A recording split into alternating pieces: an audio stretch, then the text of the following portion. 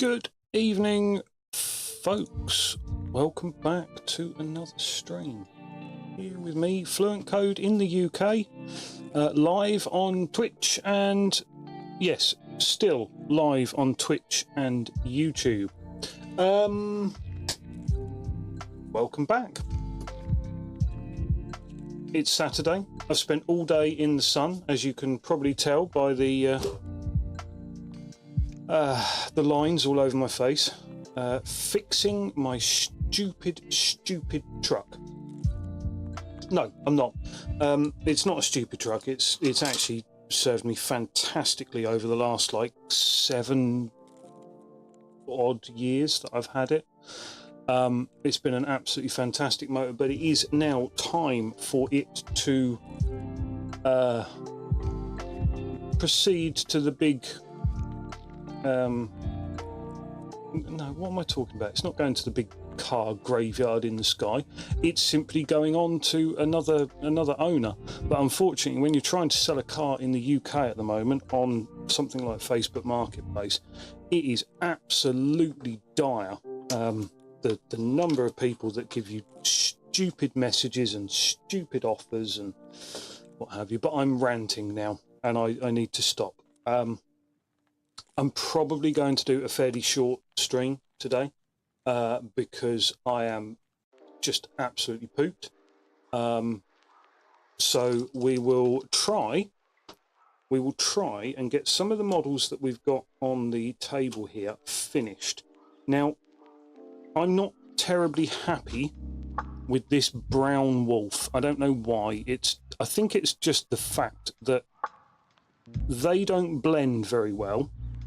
Whereas that does. That seems to go a little bit nicer, a little bit softer, rather than this, which isn't a very good blend. And also, I feel that this brown is a bit too dark. So I think what I'm going to do is I am going to take a smidgen of Zandri Dust. It's not a paint that we've used very much on here. And I'm going to take a little tiny dry brush, and we're going to try and correct this bad boy a little bit, just to see if we can get an effect that we're slightly more happy with. We'll see how it goes. Right, let's grab a little scritch of that paint, pop open my paint jar. Probably best go and rinse that out in a bit.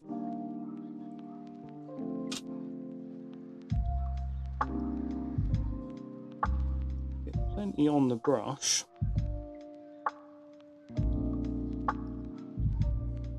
And then I'm just going to use our base here to wick some of that away. Right. And then I'm just going to see what we can pick up on the top of this model to sort of blend these two colours together a bit.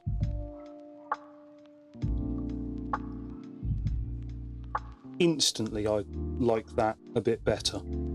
Instantly. So I hope everyone's having a lovely weekend. Here in the UK, it's another bank holiday. This is the May Day bank holiday. Traditionally, we have one at the start of May to celebrate May Day. So this is our early May bank holiday. And then we have another one at the end. I'm not sure what that's supposed to celebrate, but we have it anyway. So what that means is that no work for 3 days, which is it's heaven. It's been like 26, 27 degrees today. It's been absolutely boiling in the sun. Luckily for a lot of what I've been doing, because I've been working on the truck, it's been underneath it, which is by its nature in shade. But yeah, I've still managed to burn myself something chronic along the back of my neck and what have you. So yeah, having all sorts of good fun there. Okay, that's looking a lot nicer. I'm still thinking I might come along with a black line down his back, just on this sort of raised fur bit here, and possibly over his ears, but that looks a lot nicer in terms of his face. His nose does still look a bit like Alf, though. Can we see that? Can anyone see that? Does anyone get Alf vibes from his kind of mangled face and nose? Yeah, possibly.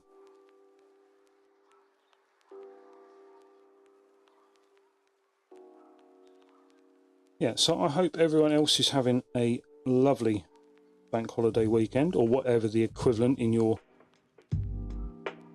country is. I'm sure it might be called a bank holiday, but well, it might be.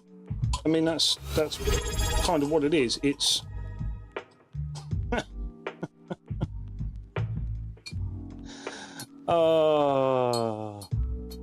Nestrana with the very first sub. Very first sub. I thank you very, very much. I really appreciate that. It's it's just typical that yeah, I hate to say it, but the very first sub, my very first sub, is my brother. So thank you very much, dude. Really appreciate that. I hope you're having a great time. Yeah, as you can tell, I've made affiliate, having good fun with it, and yeah, thanks for all your help with the Discord, by the way. I appreciate that. Haven't actually had a chance to speak to you too much since you set that up. So, however, what I have been talking about is seeing about getting a gallery set up on the Discord for me to take some pictures of the models that we're doing on the stream, and post them up on there. So that'll be a little fun experiment, probably for Monday, because tomorrow is D&D day. So I'm in town for D&D, and yeah, so Monday probably I'll be looking at taking like a whole load of pictures for Instagram and this gallery that I want to set up on the Discord, which I think will be really nice, because I've actually been really, really pleased by how some of these miniatures have come out. They haven't been huge time investment, but they have, a lot of them turned out far better than I was expecting. You know, like this guy is actually starting to look really, really nice now. So yeah, I think setting up a gallery would be a good idea. So I'm gonna have a work over that over the long weekend. But yeah, I hope you're all good, and we'll catch up again soon for, yeah, we'll organise a D&D session or something like that. Sorry, I've just got somebody messaged me about the truck, so hold on just a moment.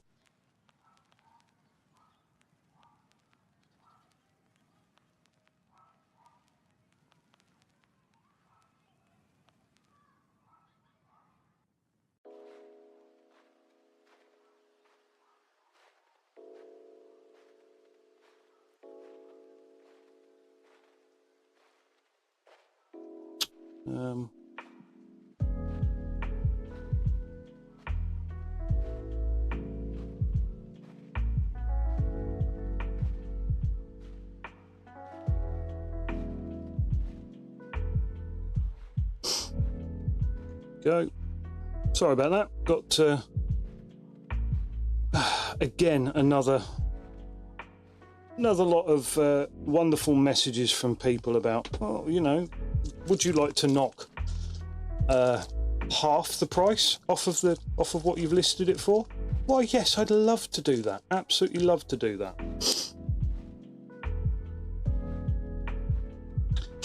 Right. Now, these guys, we did say that we were going to go with a little bit of detail in black. So we're still using contrast paint. the ears,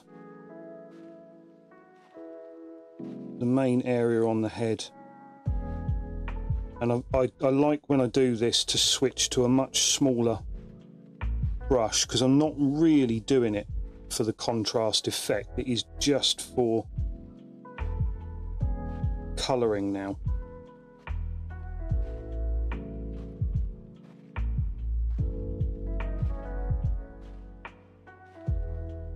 And so a much smaller brush makes it much easier to get that control that you're after.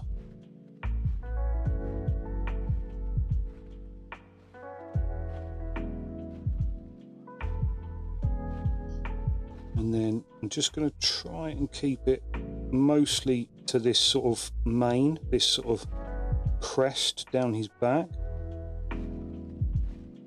on both sides, and a tiny little bit on the very tip of his, the very top of his tail rather, not the tip.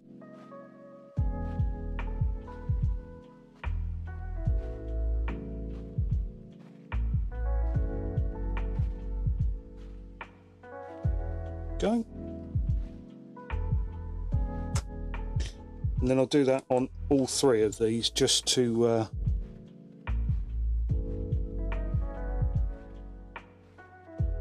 it's a nice little bit of colouring there. And then these guys are going to be done. I don't think I'm even going to bother with the eyes on these. I don't know, maybe I should.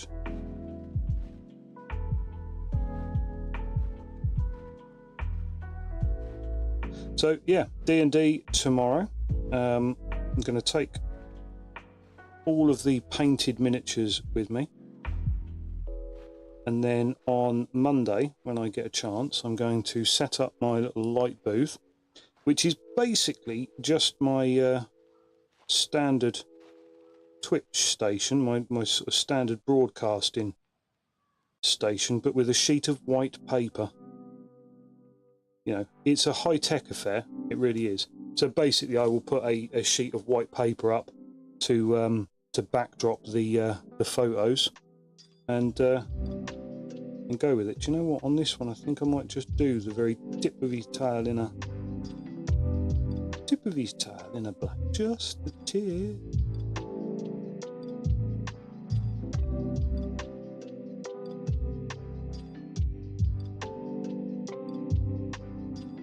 Go, just to break it up a little bit.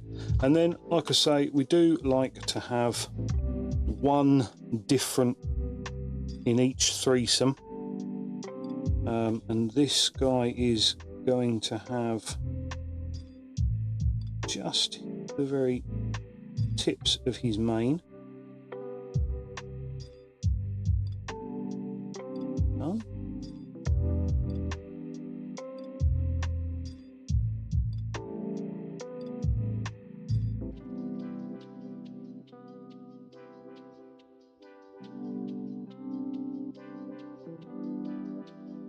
And the very tips of his ears.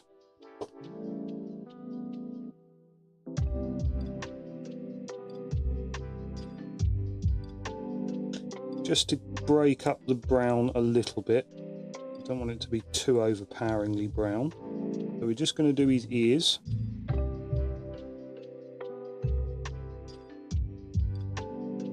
And I don't think, maybe a stripe down his head.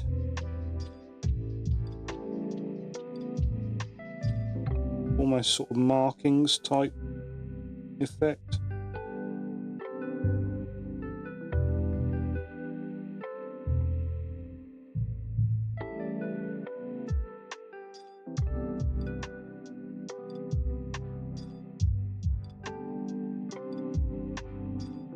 And then actually I think on him I might also do the tip of his tail in black, because it's sort of a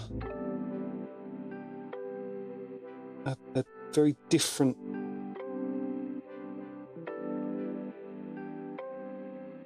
sort of texture when he's got that white tip there, and I think adding the black just really sort of enhances that a little bit. There we go. So yes, very much looking forward to my D&D session tomorrow. It'll be interesting. It's again another... that's the doggo's done, by the way. I'm not sure about his eyes. I think maybe doing red eyes might look quite good. Perhaps we should just try a tiny bit of white. Where's our white? There's our white. And then just painting in, because the eyes are just about visible in there, and then just putting in a tiny, or should I just, the red is quite strong actually. The red is quite strong. There's quite a lot of pigment to it. I might be able to just skip the white. I know they won't glow quite as much, but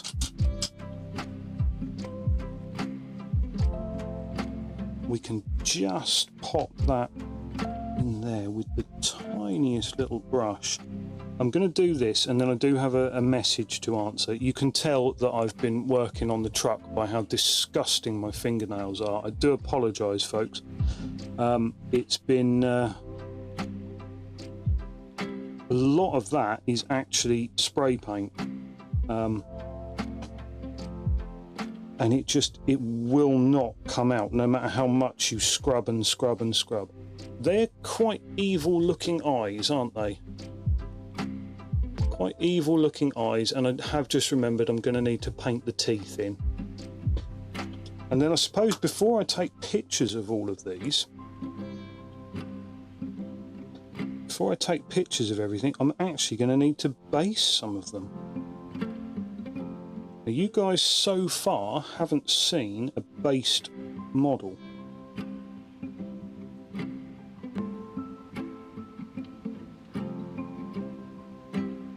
Or we haven't based one of the models that we've painted on stream.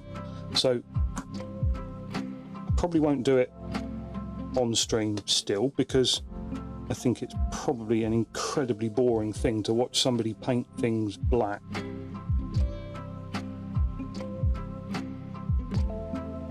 But I think I might have to have a bit of a session on Monday of basing before we take lots of photos for our gallery.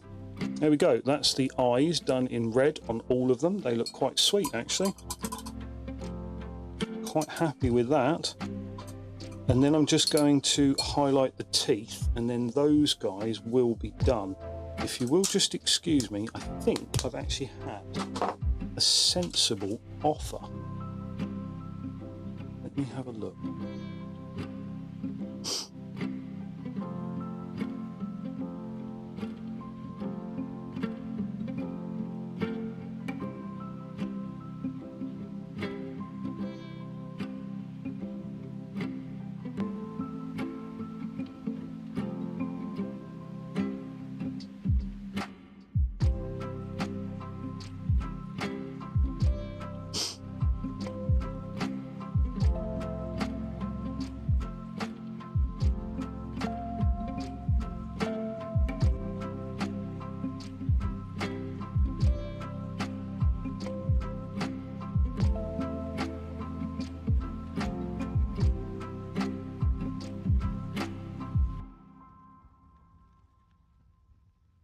That's a sensible offer. Little counter offer, just a little sneaky counter offer to see if I can squeeze a couple more pounds. I don't know, I might just let him have it for that, to be honest. Right, we're going to paint the teeth.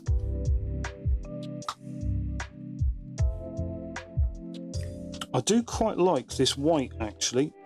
I'm using Corax white, obviously the base paint from Citadel, and because I am fabulously lazy, this goes purely as a straight from the pot.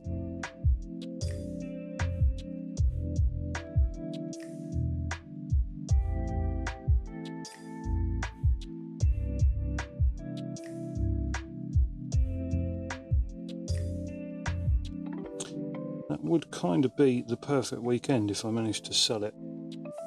Although I don't know how I'm going to get to D&D tomorrow if they want to come and view it.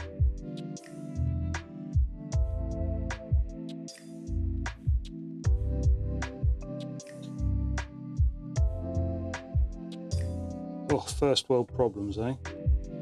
Oh no, how will I drive to my completely optional event thing if I've sold my car? You know. Oh, that.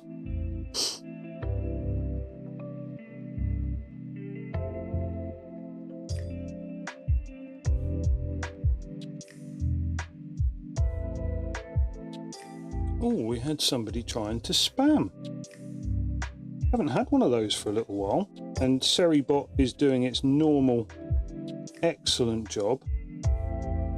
I do highly recommend that to anybody who is in the streaming game. Seribot has been absolutely fantastic for getting rid of those annoying "go here for best followers," and I'm like, yeah, so they're followers that you pay for, and they're going to act exactly as if you paid for followers. They're going to follow you for 1 or 2 streams at most before they're banned because they're all bots. And what is the point? I don't understand it. I don't get why people would do that. Don't get the thing. Is that counting down until an ad break? I think it is. So that is also something that I have to get used to dealing with, and that's adverts. Now, I have gone for the setting that disables pre-rolls, because I feel that they are some of the most annoying things on Twitch.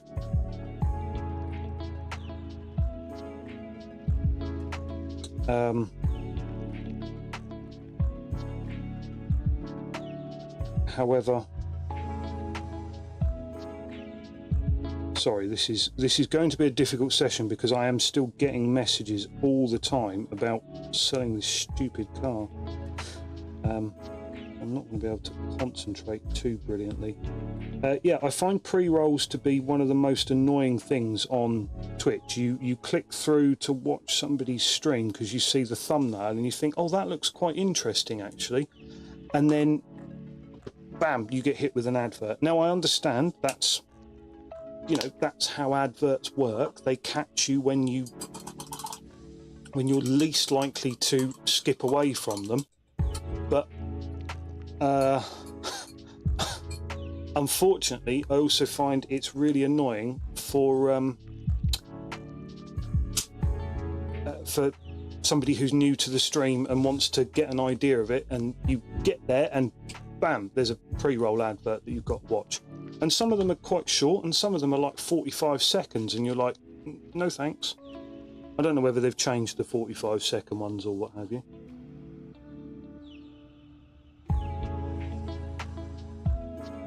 Oh, that tea's very hot, but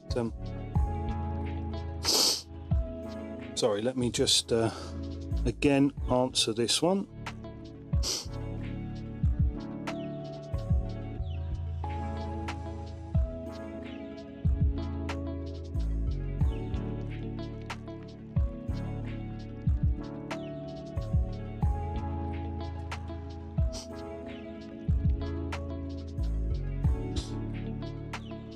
I think we're going to have a look at our Dragon Boy next.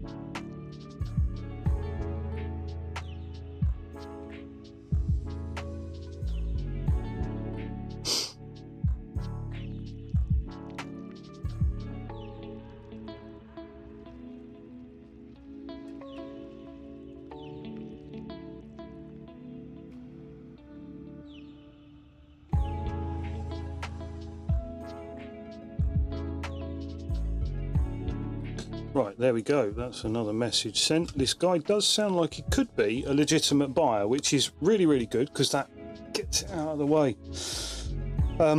Because I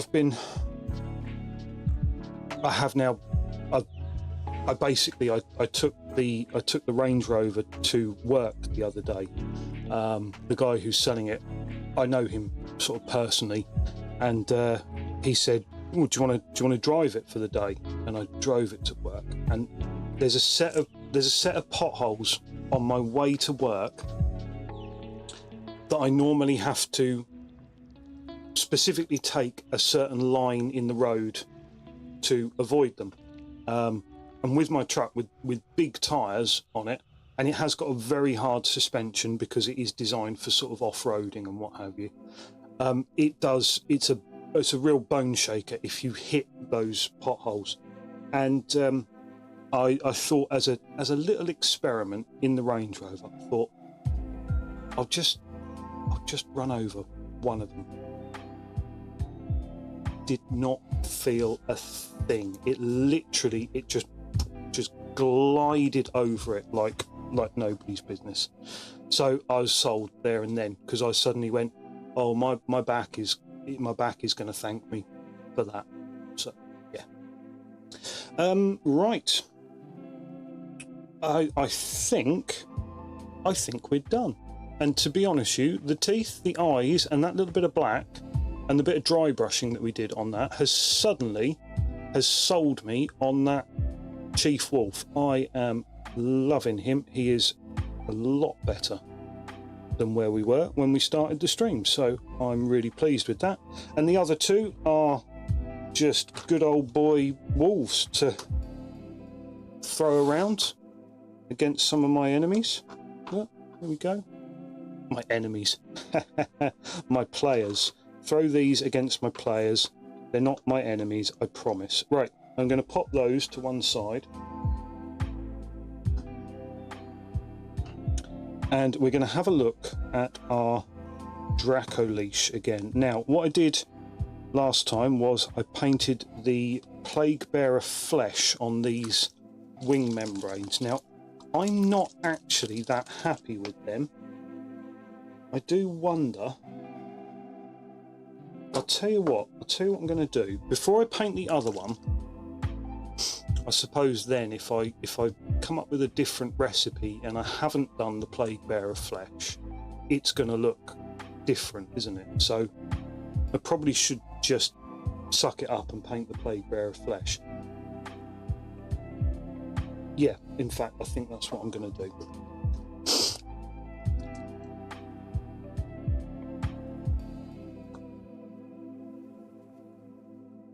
La la la, paint the Plague Bearer flesh. Okay, so we're going to do the bit in between the wings first. We're going to try and squeeze our way down here as best as we can. Follow along if your eyesight's good enough.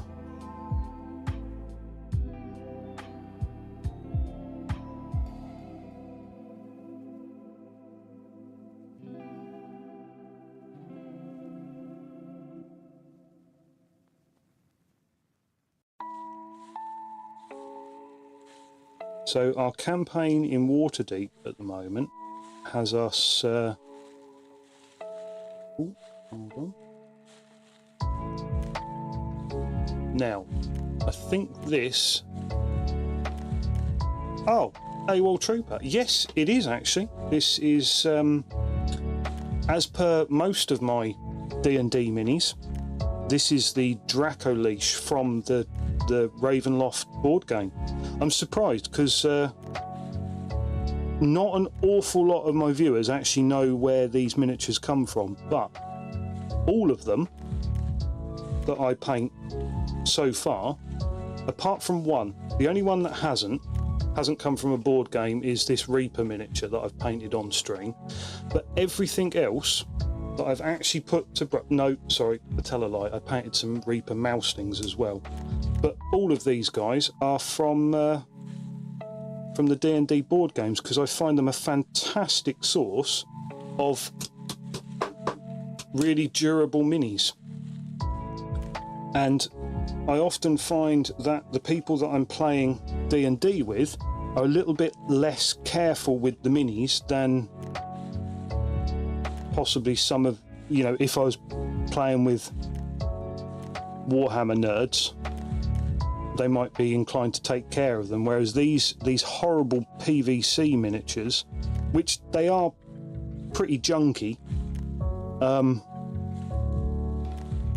it was an underwhelming game. Yeah, absolutely. I mean, they're not detailed, but they are still quite good fun. And some of the newer D&D board game sets have produced some really nice miniatures. I painted up the Attack of Giants. I've got most of the set done, and the scale is a little bit janky, but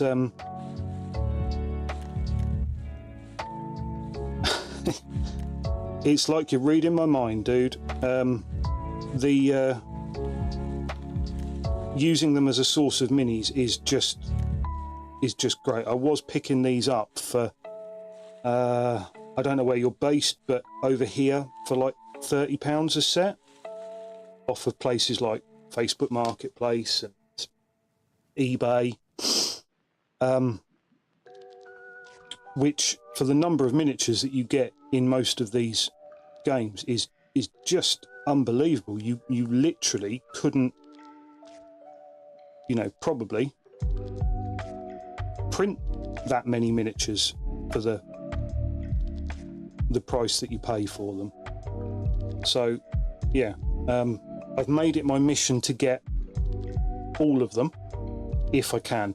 So far, or the next on my list is I would love to get the Temple of Elemental Evil, because I think that's a really characterful set.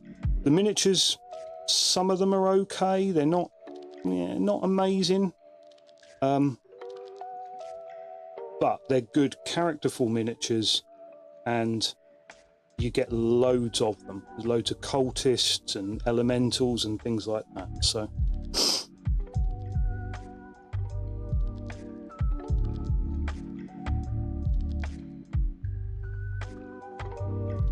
and it's been a really nice way for me to get back into painting, because I haven't done it for quite some time now. I've been on a bit of everything hiatus, so hopefully by using this to kickstart my love of painting again, we'll get back into a little bit of Warhammer with some of the old projects that I've got going on.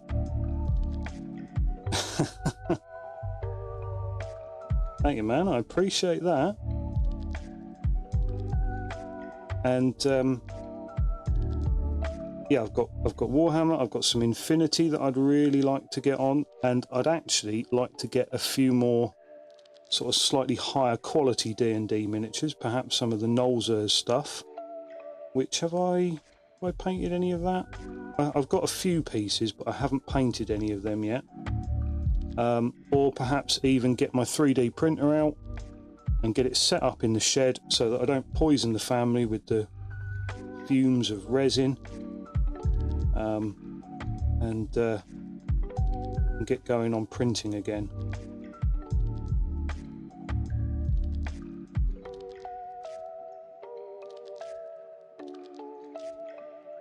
I can remember probably a year or so ago when I was still doing some printing at times, and I'd finish up a session in the hobby room, in here in fact, before I redecorated, and I'd come out of it with like a pounding headache, and I'm thinking, oh god, maybe I've eaten something, or maybe I'm what can have caused this? And I look, and there's a little red machine just going brrr, brrr, brrr, into a vat of resin, and it was like, Yes, that seems to make a hell of a lot of sense as to why I've got a headache now. But yeah.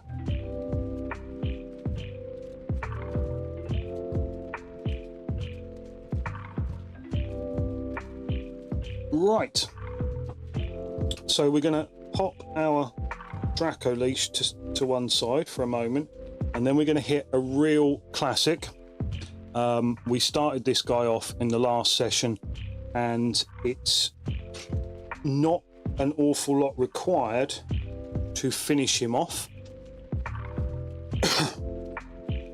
That's right, it's our gargoyle. So yeah, that is a absolute classic miniature. Now this one is, unfortunately, he's in fairly bad shape. You can see his gut plate, his belly plate there, where you can only just make out the detail on there. There was some form of really, really bad enamel on this model that I could not get off, but it is the only copy of this model that I've ever owned. And so I was like, well, do you know what? I'm not going to go out there and find another set for however much money in order to get the gargoyle and to paint him. Right. Now, what I'm going to do is I'm going to shade the red. Yeah, you make use of what you've got, don't you? You just go, yeah, I'll suck it up, buttercup. Paint this thing. It's not going to be that bad. To shade the red, I'm going to do my previous trick of green. I was sold this trick by a former Golden Demon painter, and he was like, "Oh yeah, when you're painting green, when you're painting red, just use green to shade it. Stop, worrying about, paint a base color and then hit it with a shade and just use green." And I was like, "What? Makes no sense." He was sort of pretty damn convincing, so I tried it out, and then I came back to him and said, "Right, go on, explain it to me. What's this?" And he went, and then proceeded to taught me a long, hard lesson about color theory, and it was really, really boring, but incredibly interesting at the same time, because I don't know how else to say this, but color theory is a really boring concept with really interesting results. Yeah, it's just simply down to the color wheel. Red and green are opposites, so use them as shades. Although people say they don't go, they absolutely do. And all you do is just whack this thinned paint down into the base, and when it dries, it forms this amazing shade.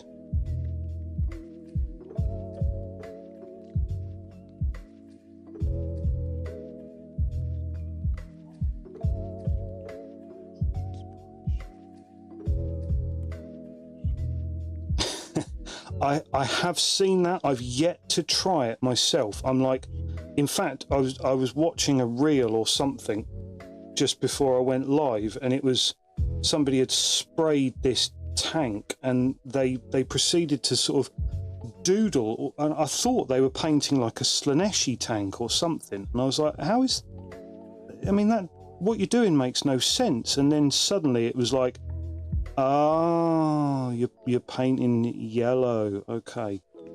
And it still made no sense to my brain. It's like, yeah, that's no good. I will have to try it out. I've been meaning for a while to get my airbrush set up and dialed in properly. I've had one for ages, and I get all the theory, but I kind of just can't make it work. And that when I get the theory and I can't make something work, my head starts to hurt.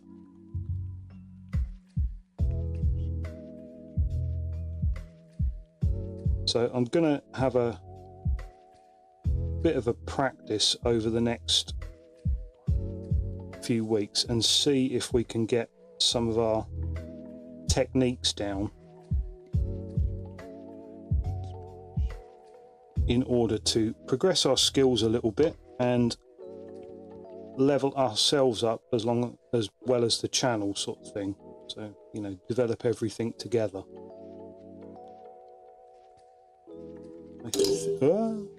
Hit my microphone there.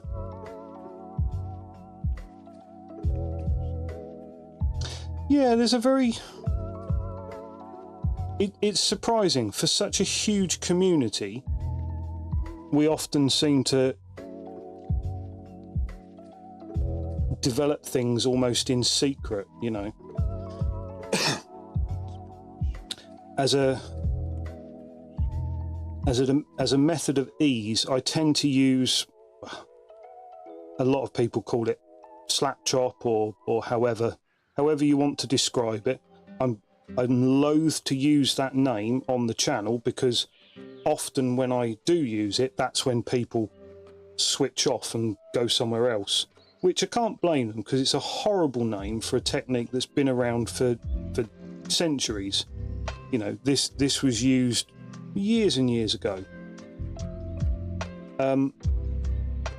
I tend to get away with a zenithal highlight of everything. I mean, you can see it on the miniature here as I'm working away. It's had a zenithal highlight. When I undercoated it, I undercoat my miniatures using spray cans from Home Bargains for £2 each. That's black followed by grey primer.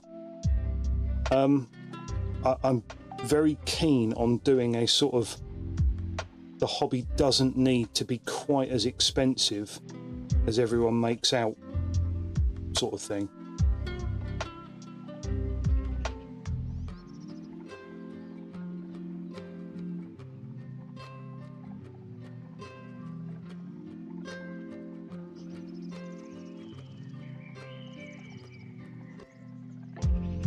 And what I often find is some of the best content that I've seen is from people who can actually make it work with that, hey, let's do the hobby on the cheap.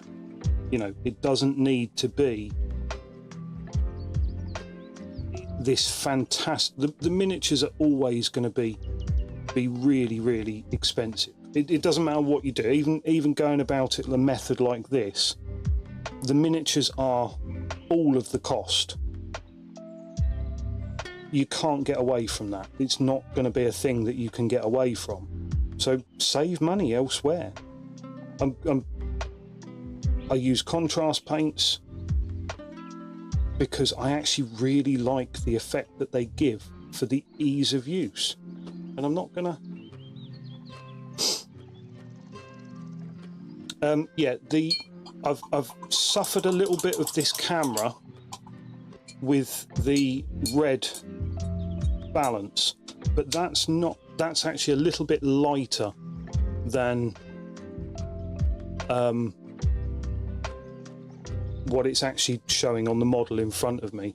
When this dries, that will fade out a little bit, as you can see on the front there. It comes in, it's a really, really nice shade. Once it dries, you will get it.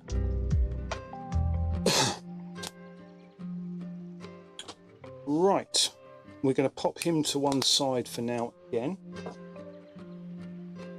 That is the downside of contrast paints. No worries, thank you very much for dropping by. It's nice to see you in the chat, AWOL Trooper, and I hope to have a conversation with you again. Cheers for stopping by.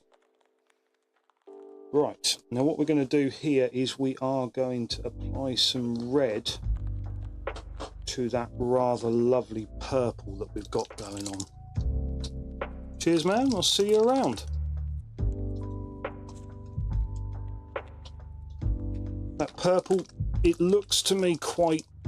It is a lot more purple than it shows up on the screen, unfortunately. You can sort of see it a bit better when it's a bit closer. So I'm going to add some red to it to make it look a bit more bloody, a bit more muscular-y.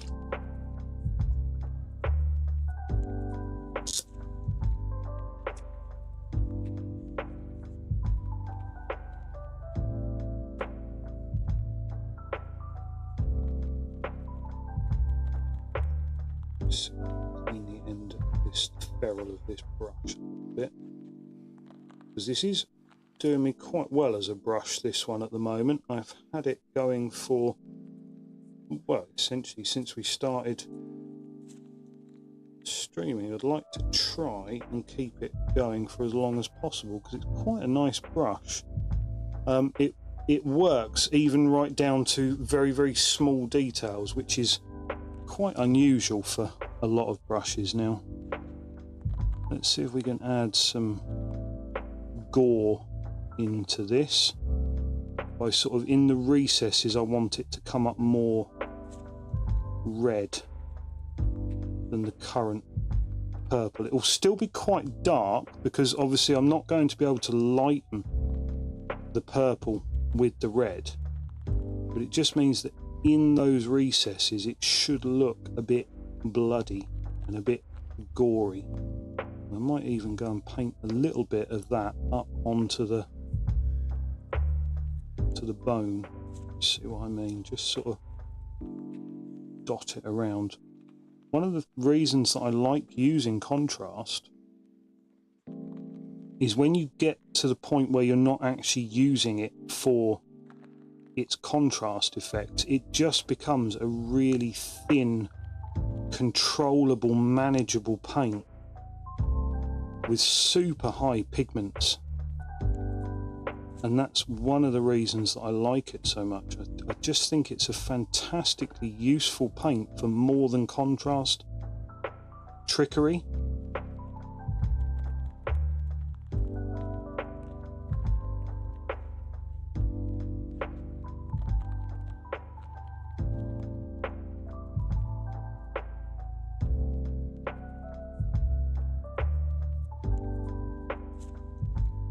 And that is actually really nice.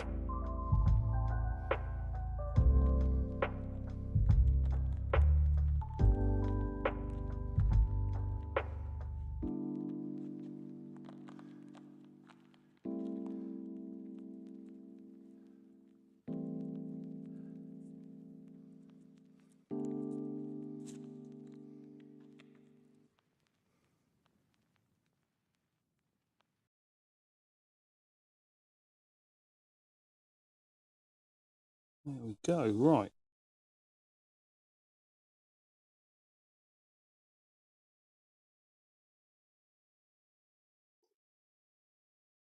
Just allows you to sketch on so many little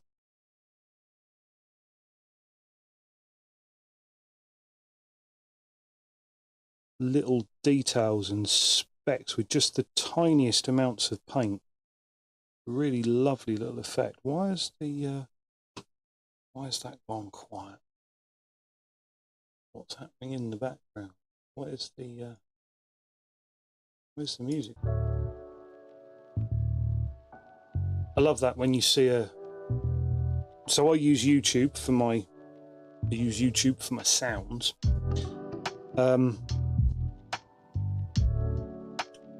And you go to a video and you go, well, why is this stopped? And then you look, and the most played back section is just where you would skip to if the music had gone quiet and you wanted to carry on playing it.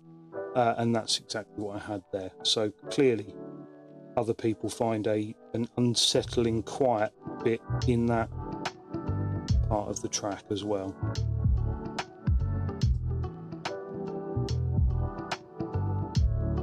Unfortunately, I think I'm doubling up a little bit on the music. Let's see if I can turn that down a shade.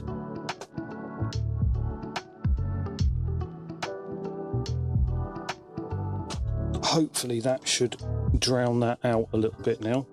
I don't want the music doubling up over the microphone, unfortunately, because it's already playing on the desktop audio.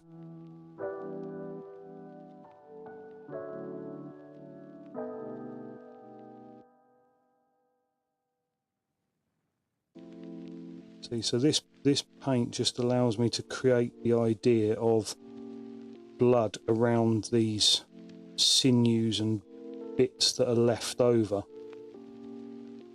And I think that's working quite nicely.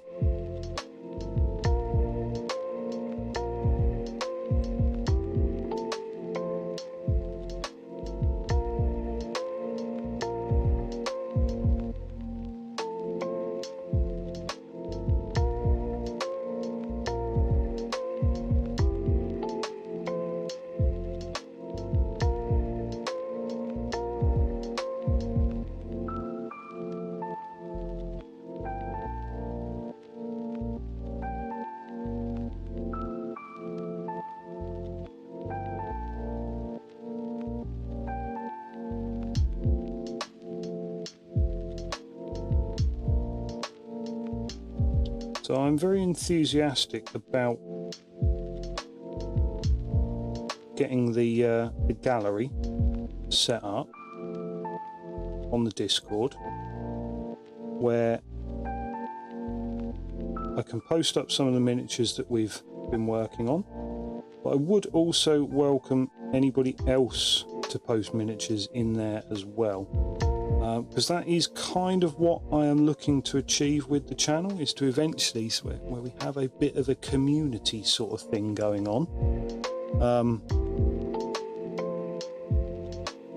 where my watchers feel at ease to, what am I going to do for his eyes?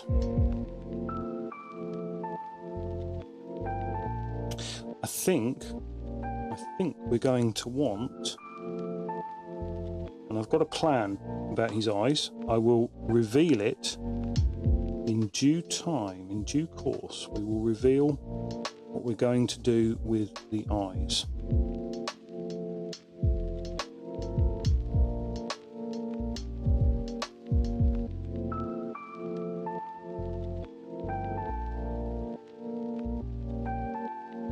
You can't hear next door neighbour's dog too badly, but it's going to drive me up the wall, that's for sure. I need to stop complaining about their dogs, to be honest. Their dogs are just being dogs. It's not really their fault. Perhaps it's just me being a bit jealous I can't have a dog of my own. I would love a dog. We've got 2 cats, and I've managed to get away with the idea that the cats are nothing to do with me, because I had no say or request in their joining the household. I love cats, but the missus took it on herself to go and get a cat, and so it's like, yeah, that's now not my problem. And I do love them. They are. Well, no, I love one of them. The other one's a bit of a dick.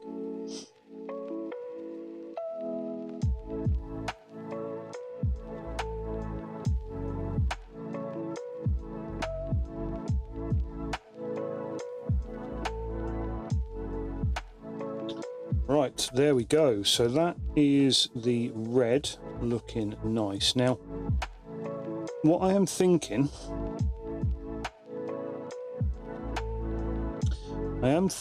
about adding the red to these veins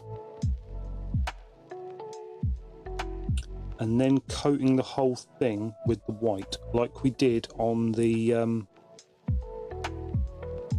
mouth monster, the disgusting gibbering mouthers.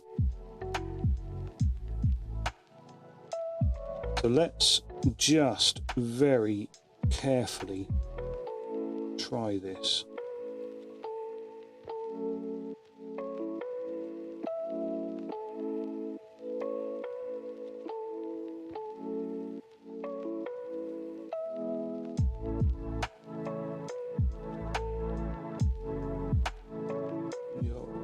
That's looking cool.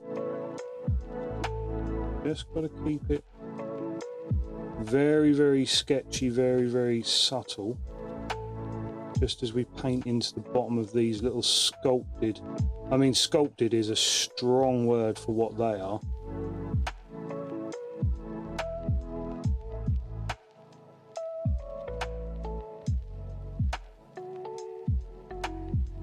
do wonder if we should only do it on the one side. No, I don't, maybe not.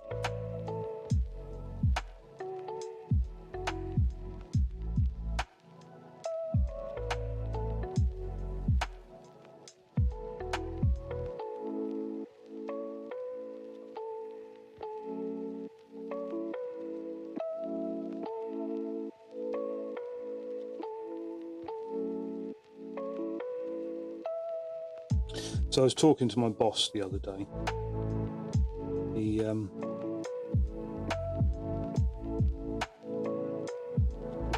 He's a little bit jealous of the Range Rover that I'm aiming to get. Now, not because it's better than his car, it's not by a long shot. He's got a much newer, much faster, much nicer car than I would probably ever own. And he's a petrol head as well, but he said he's never even sat, or he's never driven or sat in a driving Range Rover and felt how comfortable they are. And so he's like I say, he's a little bit jealous of it. Now, the conversation that we were having, I said the problem that you get is that people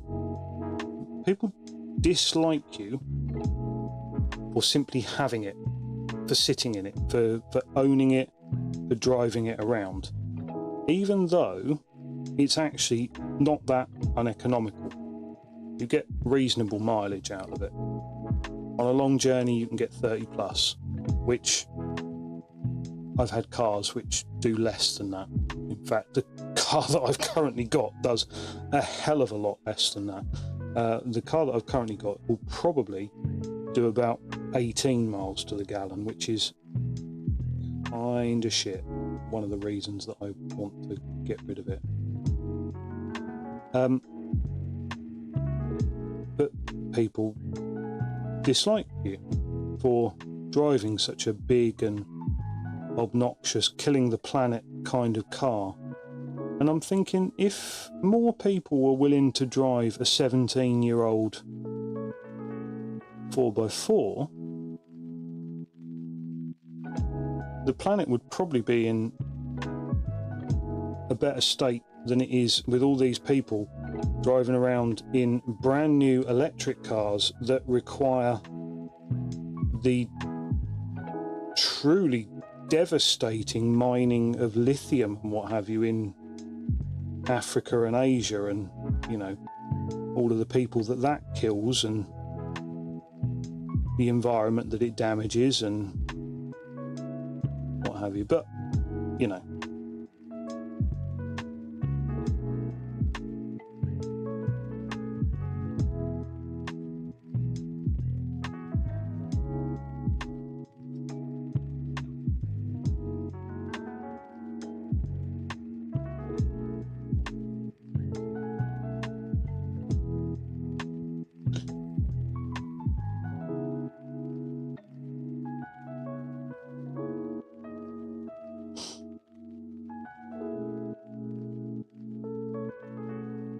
now these might look quite harsh, quite stark when they're as they are. Hopefully, when we come along with a coat of the Apothecary White and splurge that all over the top,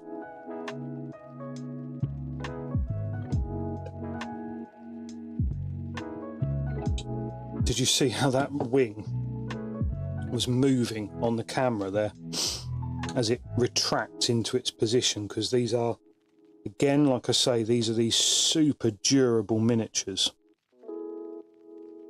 Now I wonder, can I keep using this brushing? Hopefully when we come along and put that coat of Apothecary White on, that is absolutely going to tone all of this back and give us a much more even coloration.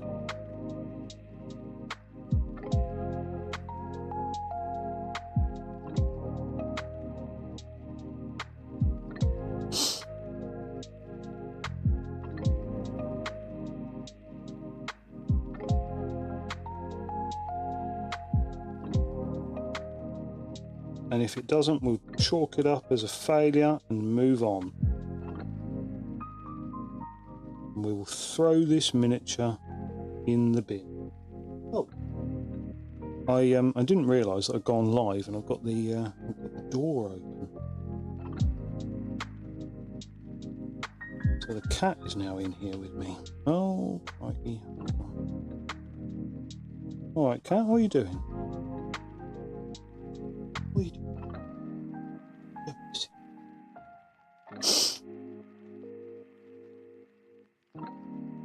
Yeah, I might tease the missus, but absolutely that one is my cat.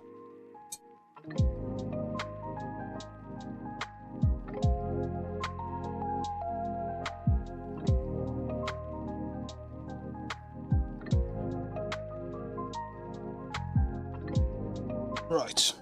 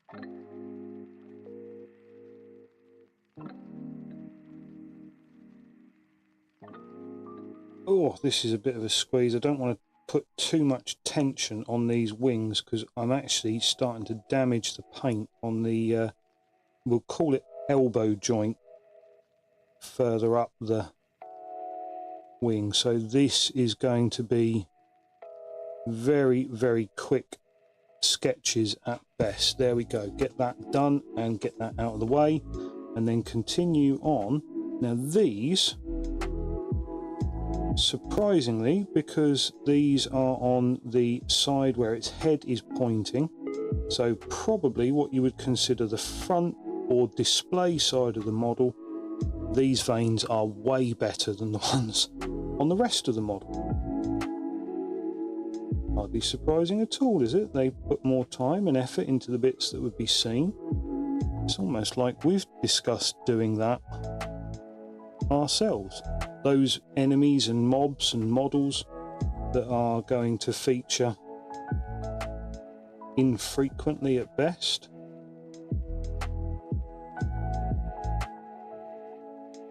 And then they get relatively little time spent on them.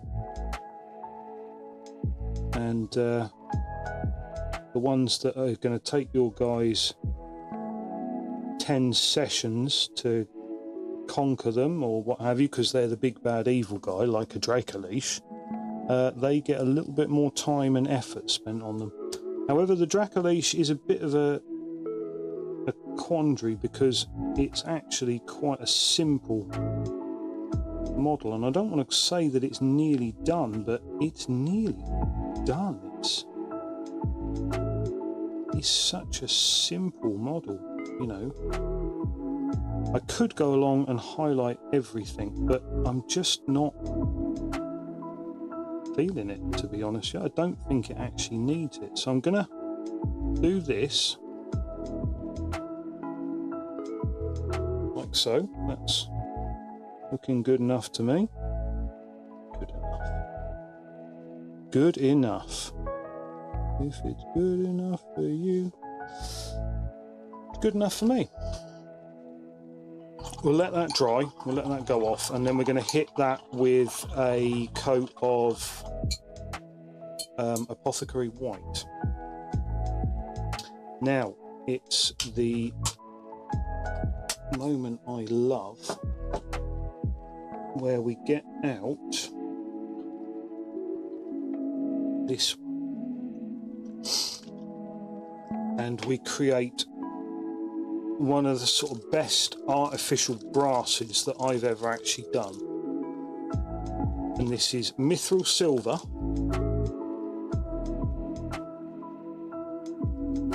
and Aggaros Dunes. Look at that.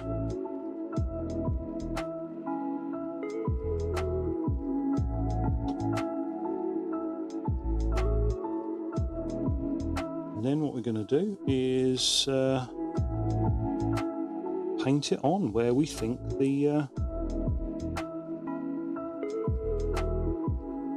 sort of brass stuff would be.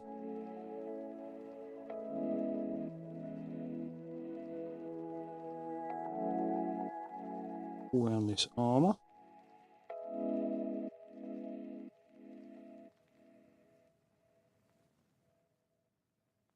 And this Aggaros Dunes is a really lovely colour for this.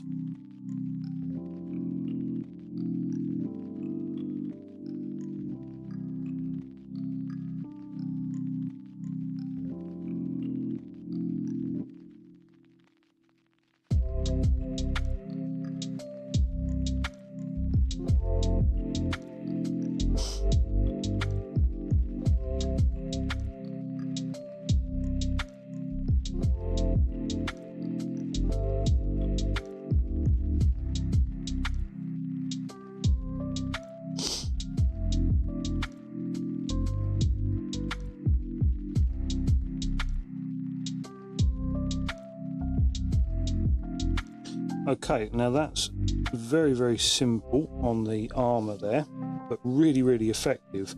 Now what I'm also going to do is I'm also going to do the belly plate in brass, but not the belt. The belt is going to stay silver, and then obviously we're going to come back on the silver, and we are going to Agrax Earthshade it. Because we like a nice simple effect. Now that's actually brought that skull on the belly plate right back from where I thought it was going to end up, so pleased with that.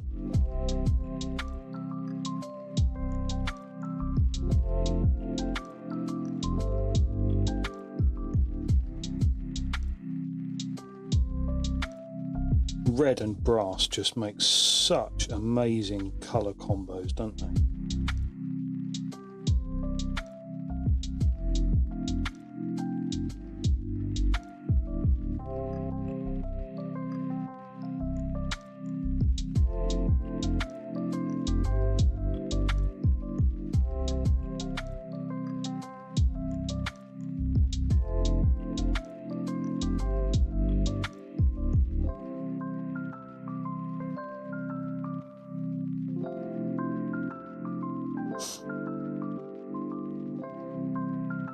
Try and squeeze my way in there with it as well, and then I'm going to leave his little top knotty one as silver, and then come and just paint this one around here as well.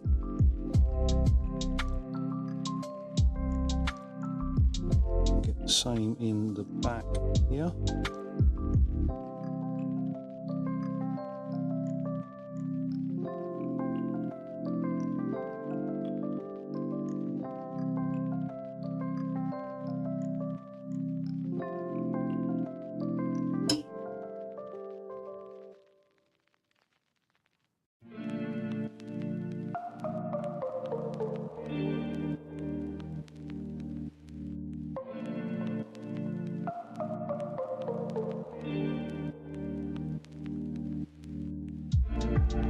Highlight the rims on his van braces,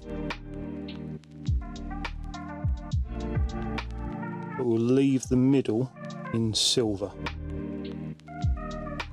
That look quite cool, or maybe I should have done that the other way round, because I'm thinking I'm going to paint the bit on his sword in gold as well. Don't know. And then of course I am left with the dilemma about what I'm going to do with his whip.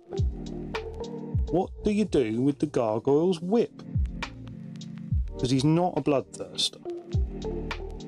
He's just bloodthirster adjacent. In fact, I think he predates the bloodthirster. So if anything, the bloodthirster is gargoyle adjacent. Gargoyle. Broadsword.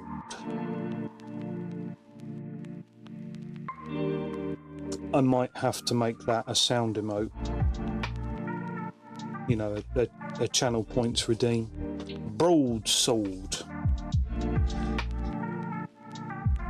Do I paint all of that in brassy, or do I leave that? So I'm going to paint this little bit here because I don't know what that little bit is supposed to be. The rest, we'll give it a coat of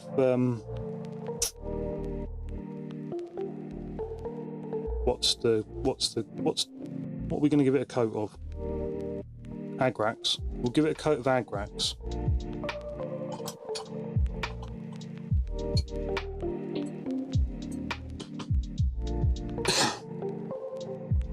And we'll see how that comes up.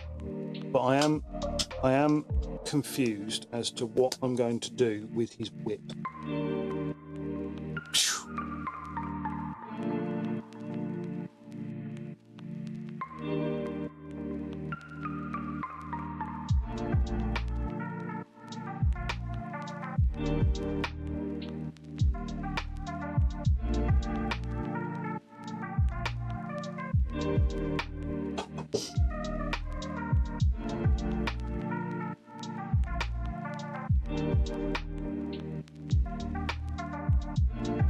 And that dries so nice.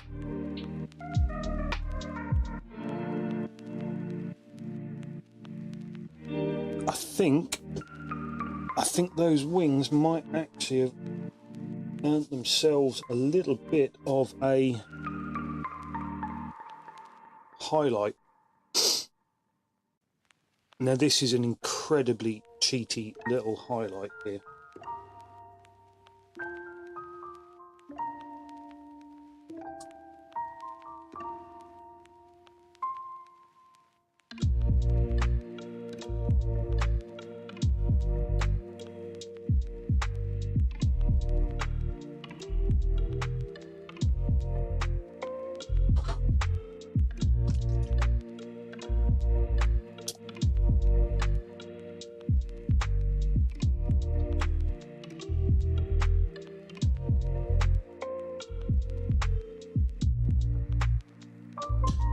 This, believe it or not, is the old Bugman's Glow flesh tone,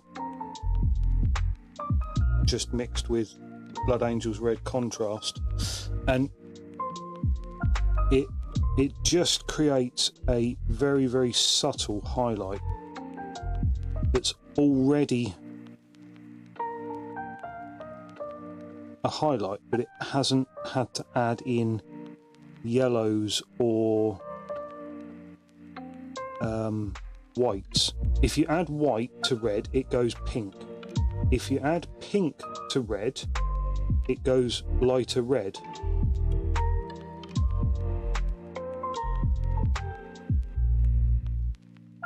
And flesh tones tend to be the perfect sort of pink to add to it.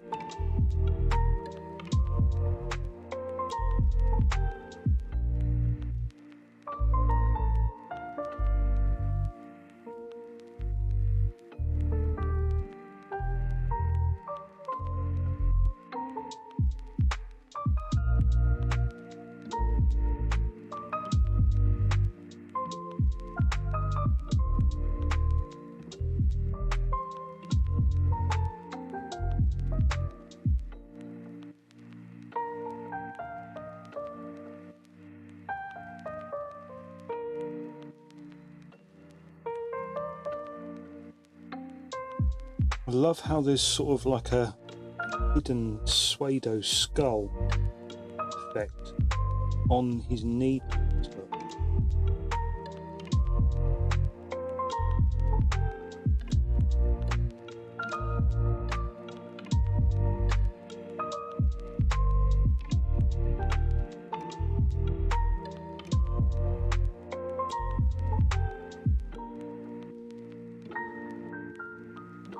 That's nice. That is actually really nice.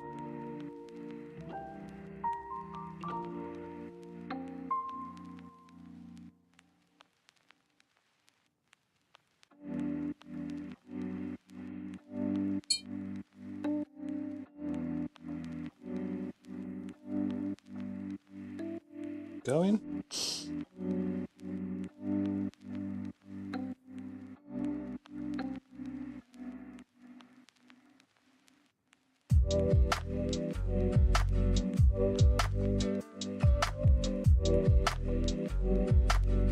I'm just going to need to add a little bit more Bugmans here and a tiny little bit more red just to keep it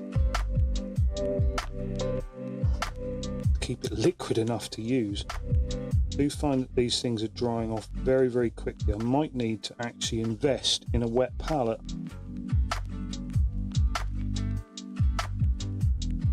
Although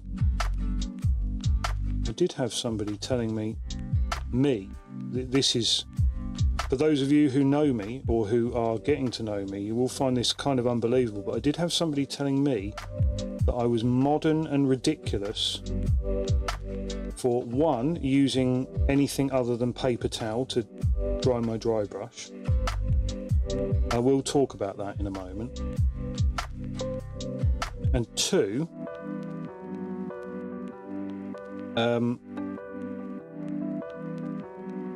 for thinking about or using a wet palette. And I was like,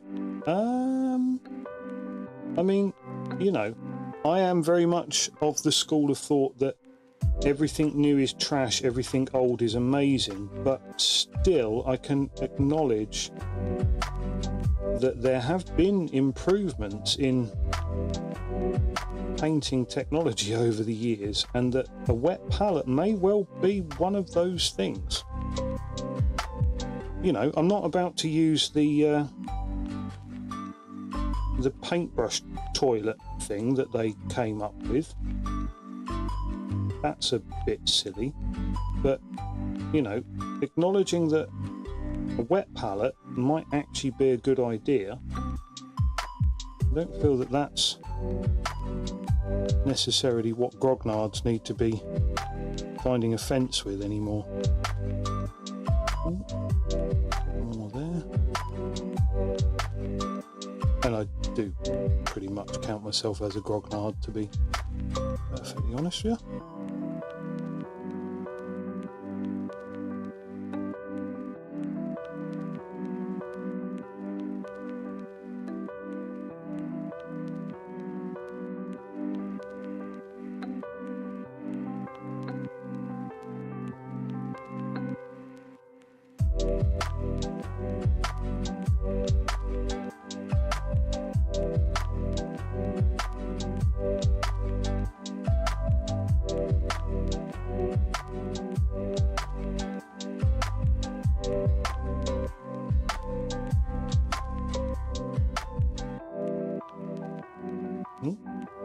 I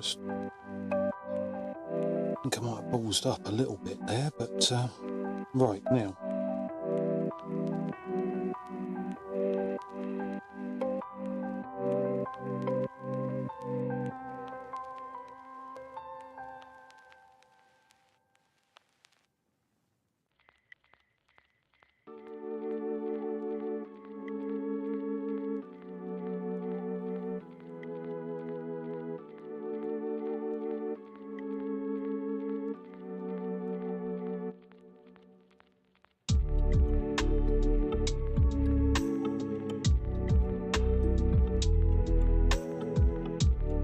Go, that's looking quite nice.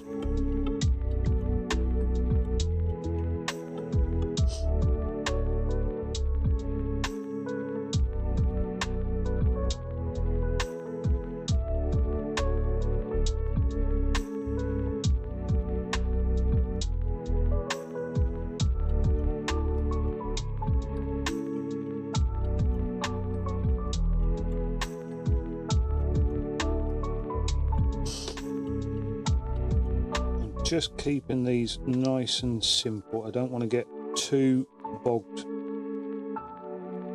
down into a model that was never supposed to actually have any detail painted onto it.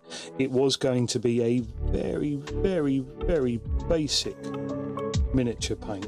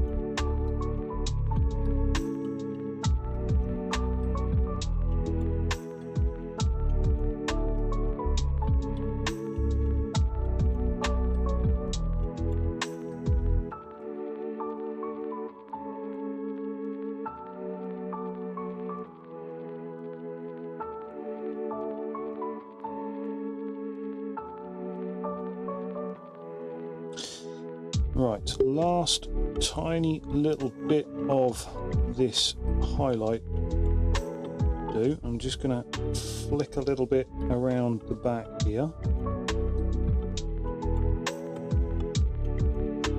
Really don't have an awful lot of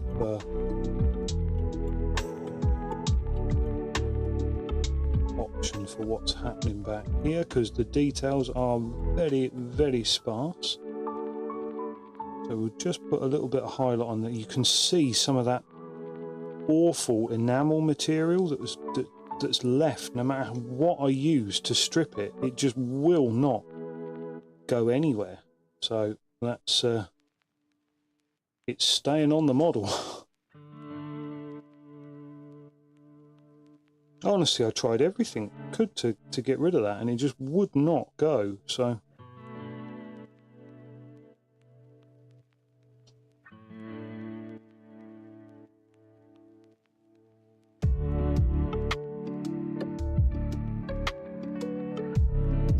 right, there we go, folks.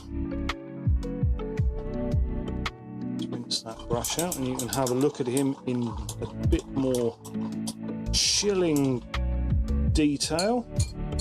Oh, I'll tell you what, I might. Let me just get the lip brush out.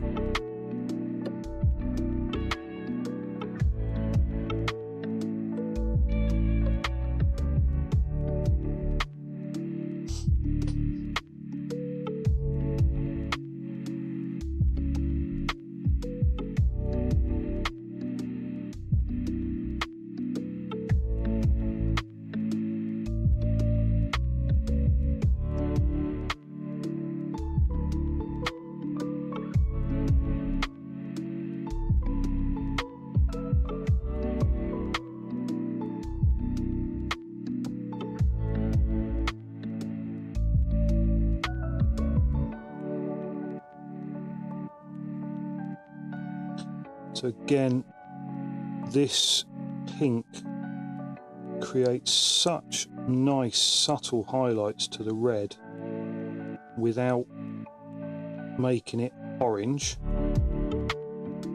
and without making it actually look pink. So I adore using this pink technique to highlight red. Using a flesh tone, because flesh tones have a little bit of pink, a little bit of orange, a little bit of everything going on in there. It just absolutely works.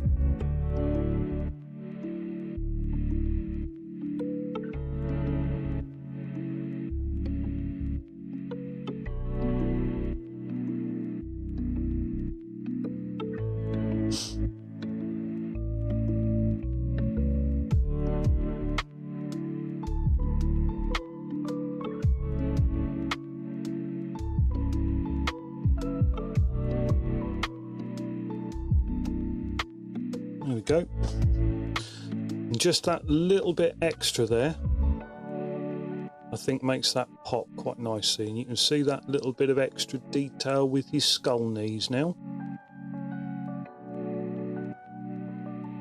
Excellent. I'm proper happy with that. And in fact, because we've mostly been using normal paints rather than contrast for that, we can actually go straight ahead and get out our magic Agrax Earthshade. No, see, it's magic, but it won't stay up the right way.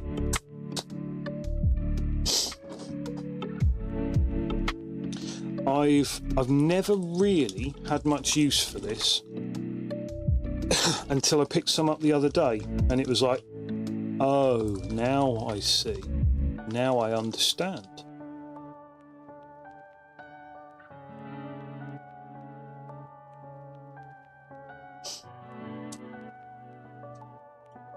So let us proceed to coat all of this, all of that, all of the other beautiful Agrax. Not sure what Agrax means. Oh, it's named after a fictional planet, isn't it? I think Agrax.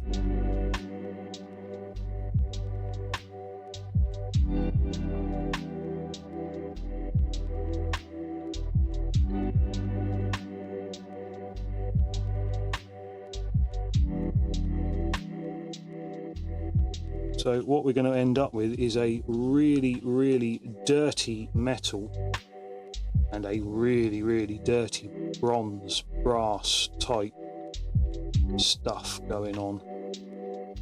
It's going to look sort of proper demons from the demon pit of the 9 hells or some shit. Don't actually know what we're facing at the end of our campaign. It's most likely going to be something Xanathar related, which I know he's a beholder, but I don't actually know much more than that. Although I don't think he's the first Xanathar, if I'm correct. Not the one in Waterdeep. I think there are others that have gone by Xanathar by that point. I don't know. We'll see when we get there, I guess, but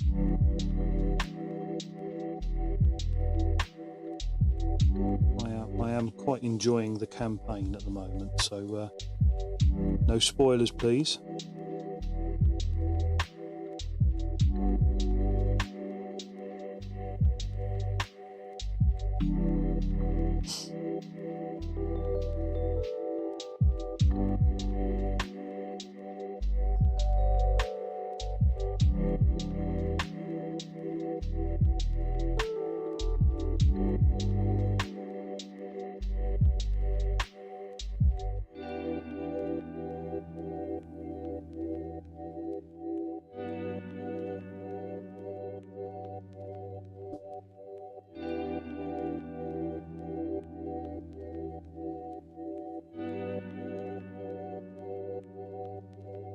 Go.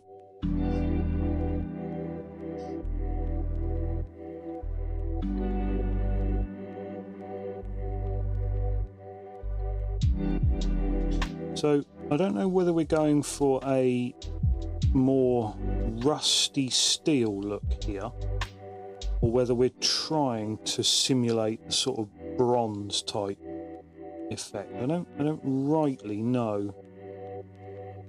But I am quite enjoying what's coming out of it. So there is that.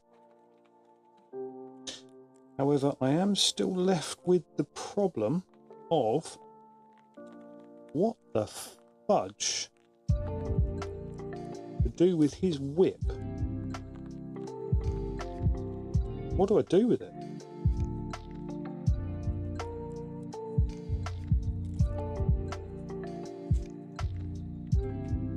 What colour would his whip actually be? Another cat from me. I do hope not, because they hate each other's guts.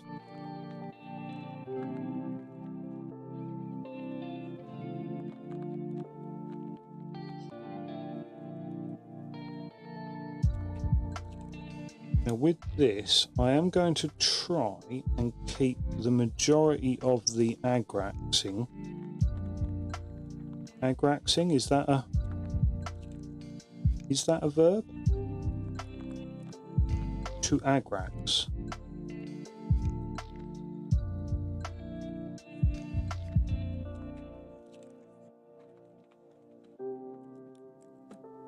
It's not a verb, is it? Noun is it verb is a doing word? To agrax. The application of shade to a overpriced lump of plastic. Right, there we go. Hang on, I suppose I should really do a little bit on the back of them so they don't stand out terribly.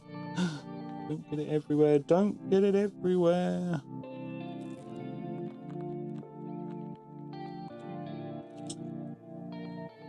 But enough procrastinating, you still haven't answered my questions about what should go on a gargoyle whip. How do I do this? Do I try and paint a glow in his eyes and then a glowing blue whip? Would that work? I don't know. I do not know.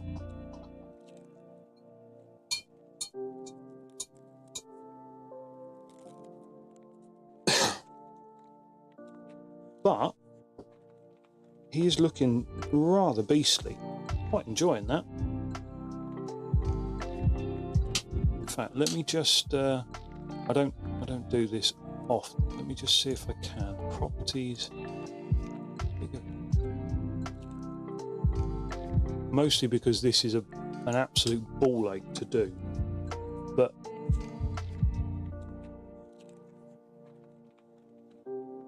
that focus on him all right? How's that showing up? Yeah, I think those highlights were well worth it on the wings and the red, because otherwise I think that would have been a bit dull.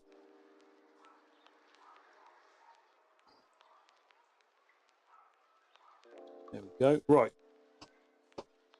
So what do we do with a gargoyle's whip? Well, I'll tell you what we don't do. What we don't do is we don't paint... Oh, God. Could we paint it volupus?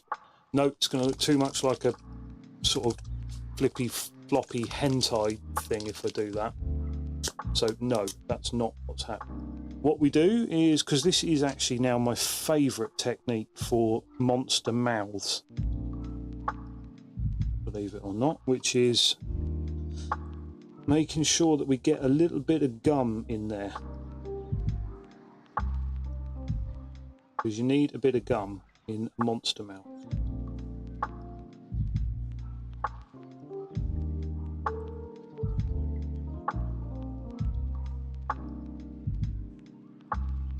And then it's sort of the perfect colour for that bestial kind of tongue.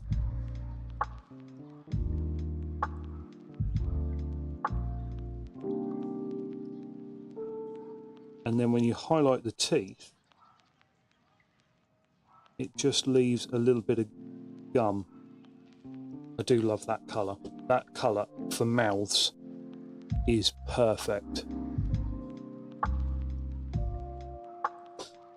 I think that we should perhaps pop a little bit of white in the eyes, followed maybe by Aethematic. What's Aethematic, you say? Well, you know what Aethematic is. It's this bad boy. Or do we? Is that going to look too out of place? Would that... Should he be red? I don't know. I think Aethermatic Blue is probably going to be the right effect on him. But I am tending to use this for magical things quite a lot. I used it on my giant with his lightning sword. I used it on the eyes for the giants with, you know, stuff like that. I'm just wondering whether maybe I'm overusing it a little bit. I'm not sure when it's a good effect that there is any such thing as overusing it. You find a good effect, and if it works, it works. Just carry on using it. So what I'm going to do is I'm going to take a bit of pure white. I'm going to paint it in the eyes. Hang on.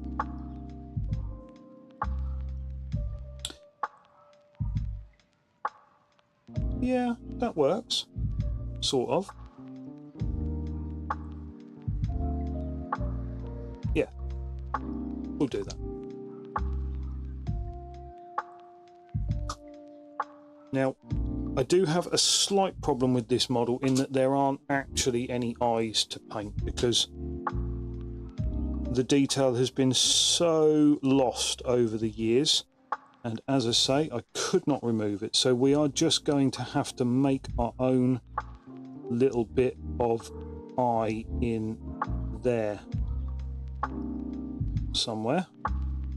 And then hopefully, when we pop the model around like this, we can do a matching something in there, like that.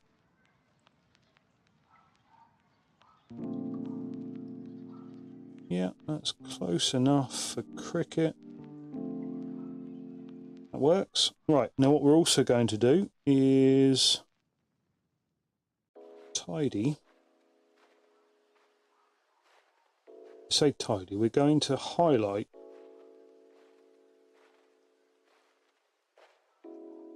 this.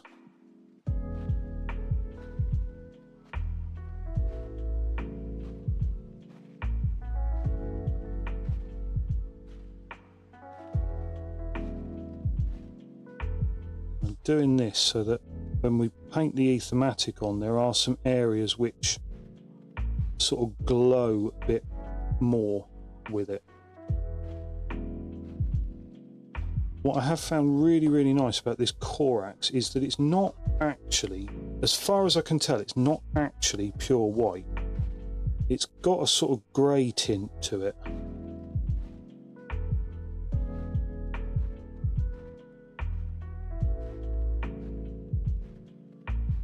You'll notice that I tend to often paint like this, where I use a, oh, I'll tell you what, we'll cover up that mistake there as well, and then it will look like we know what we're doing. Sort of, maybe, a thing. I tend to use these little sort of strokes with white. And then you sort of almost end up with like a built-in texture. It doesn't always work, but sometimes adds quite a nice effect.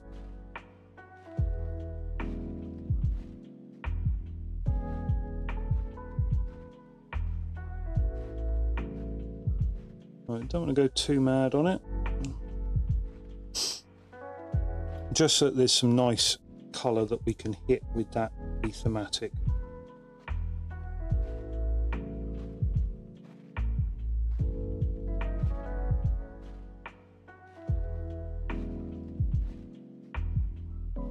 Okay, and we're not even really going to give these teethies a chance to dry. We're just going to go in and whack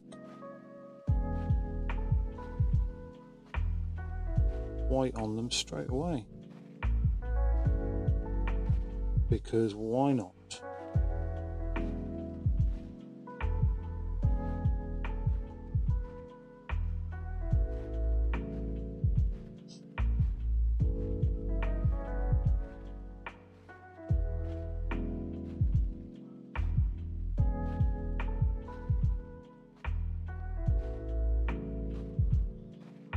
Why not? Well, because there's so many opportunities for you to fuck this up. That's why not.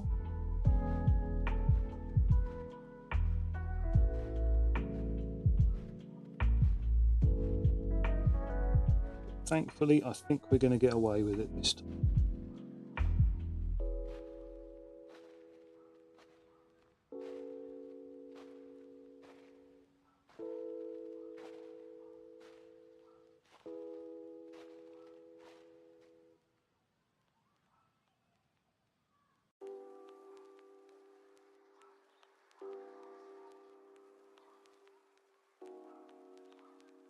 Right. That's our teeth nearly done. Just got to have a little bit more white here. That seems to have...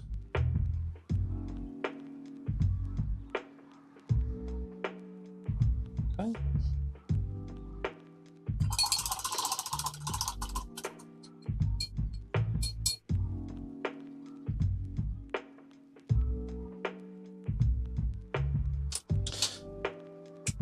And then we're going to clobber it with our Aethermatic glue, and fingers crossed this creates a nice sort of counterpoint to some of the red, because it is quite a red. I mean, it's basically a bloodthirster, and I just want to maybe see if we can sort of take that edge off of it a little bit. It's not, I don't think it's going to take the edge off of it. I think it's just going to add a different colour on there, but let's see how it comes out. Oh god, that is vibrant, isn't it? That is such a beautiful colour. Straight away you're just like, oh my word.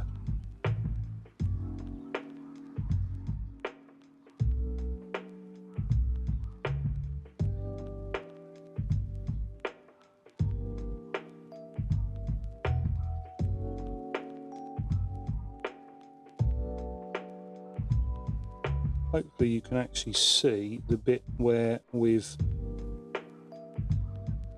lightened that has actually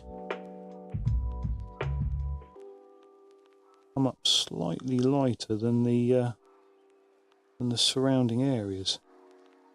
Man, that is vibrant, isn't it?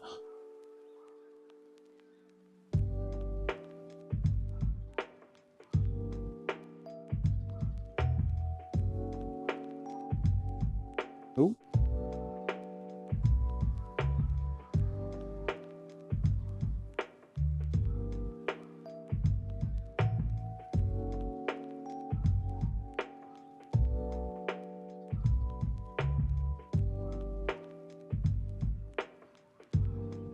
And then we mustn't forget the tiny little bit at the bottom there, because that's all going to be part of the same weird sort of electric effect.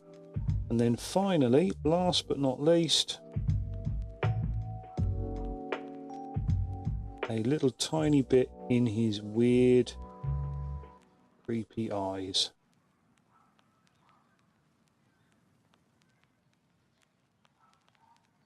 Oh, what have we got going on there? I don't know what that is.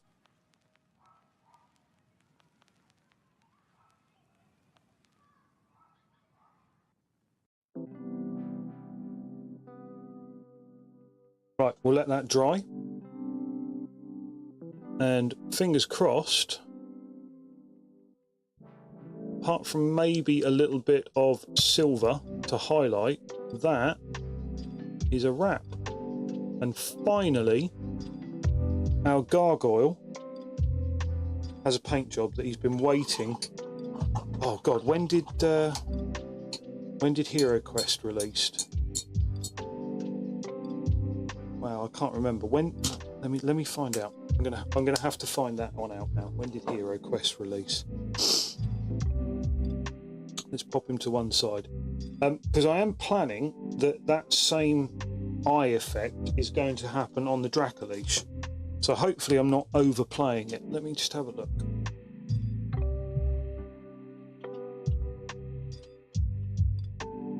$19.89. Whew. Whew. That is truly an old one. 1989. Can you believe that?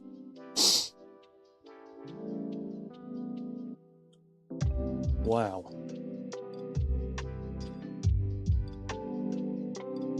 Let's have a little looky look.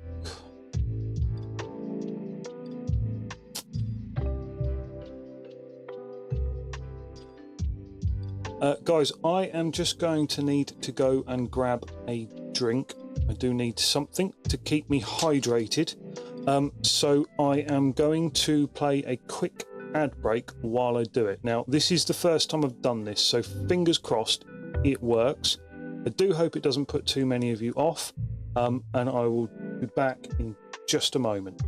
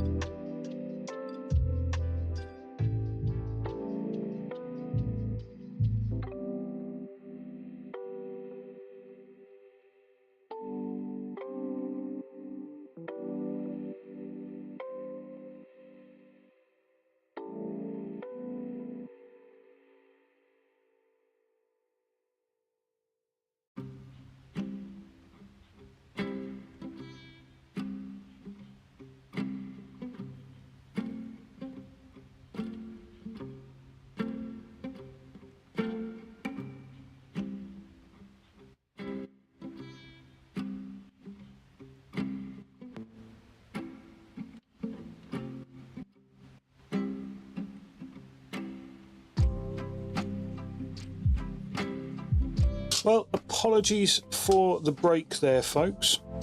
I do believe that no adverts played. I don't think so. I have no real way of knowing. I think there might be something up with my control panel, but I thank you to everyone who has stuck with me while I've gone and got myself a drink. It's probably not what you were expecting, but need to drink some.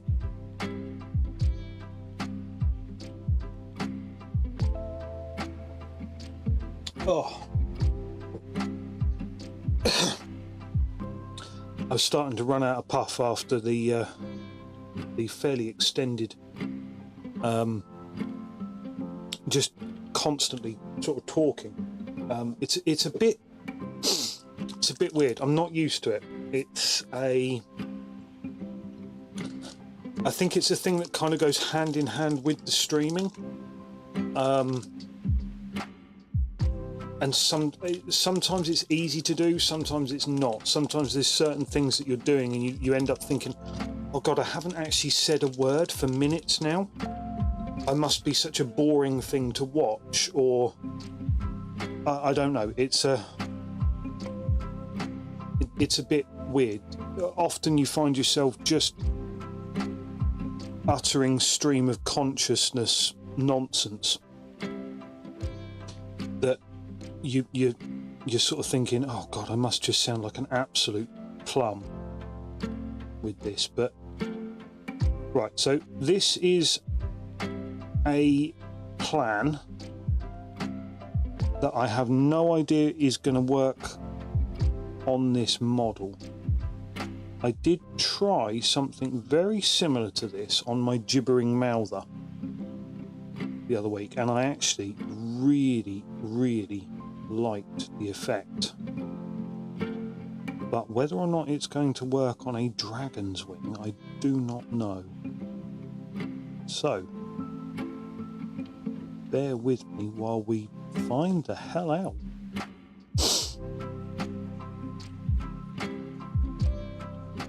I think this is possibly the kind of effect that we're going to have to come back to tomorrow to find out if it's actually worked or not, though, because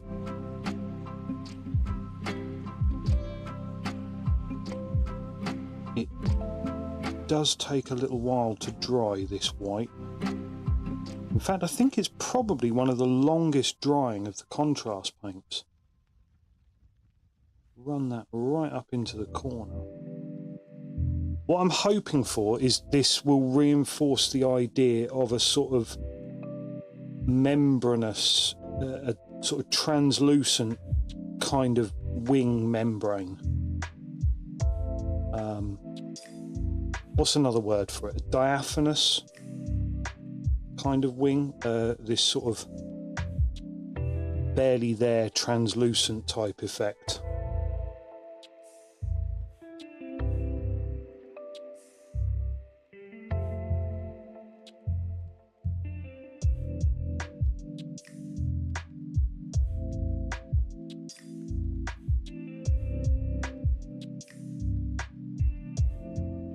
Diaphanous is a good word. Not a word that you hear in common usage. Perhaps we should bring its usage back. How would we promote the usage of the word diaphanous to the general public? I pose to you the troublesome prospect of encouraging the use of the term diaphanous in Trump's America 2025.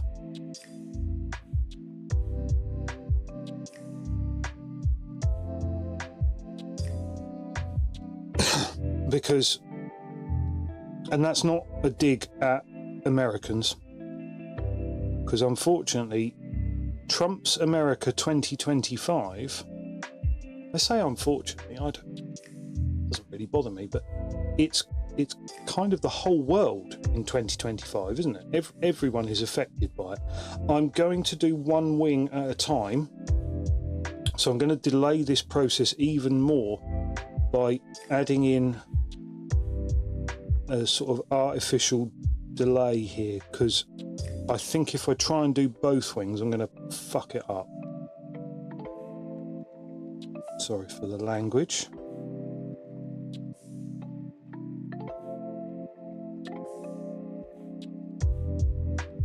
As you'll be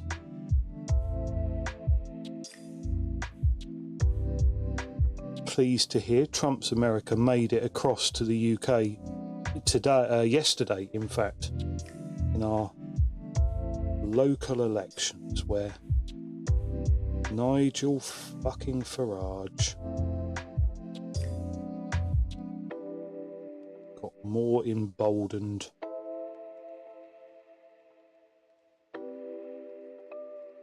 with a minor win. Right. I think this might work. I mean, fingers crossed. It's not going to be a perfect. I think it might get across what I'm trying to achieve with it.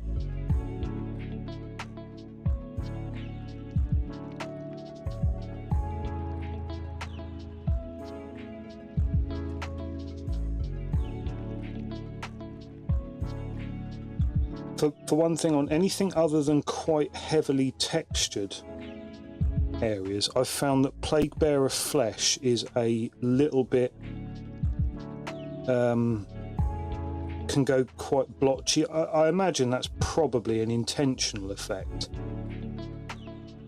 This tends to smooth that out, to take that blotchiness away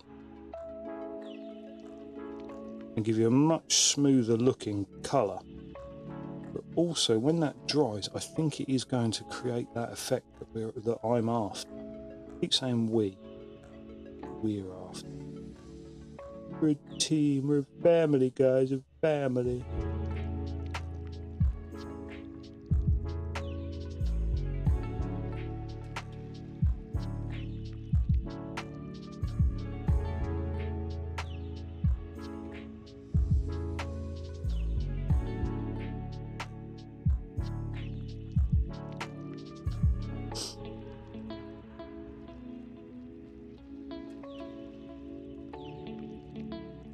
at some point soon, and this is actually a bit of an indicator as to how long I was out of the painting game,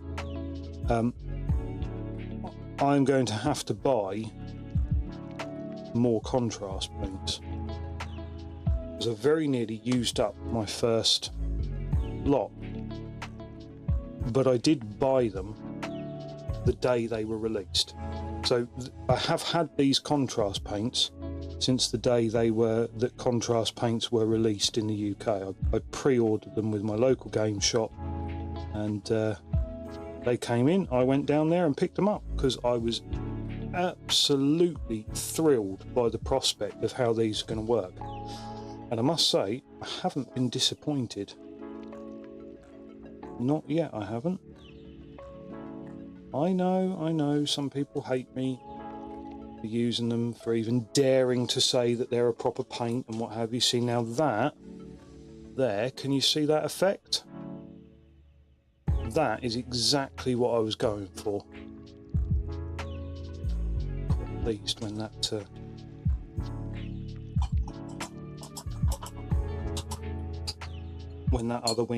that other side dries and I can get the other wing done.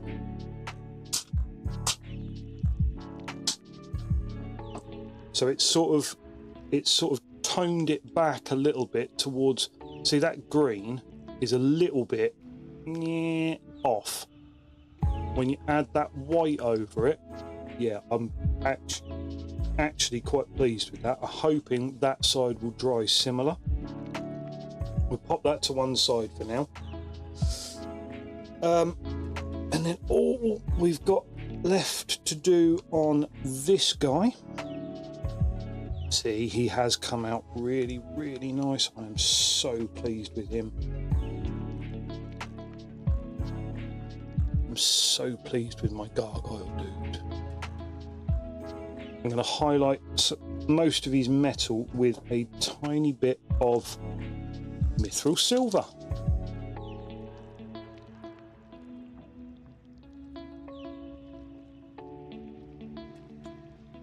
Now, I do love my mithril silver. It's the best miniature metallic that they've ever produced.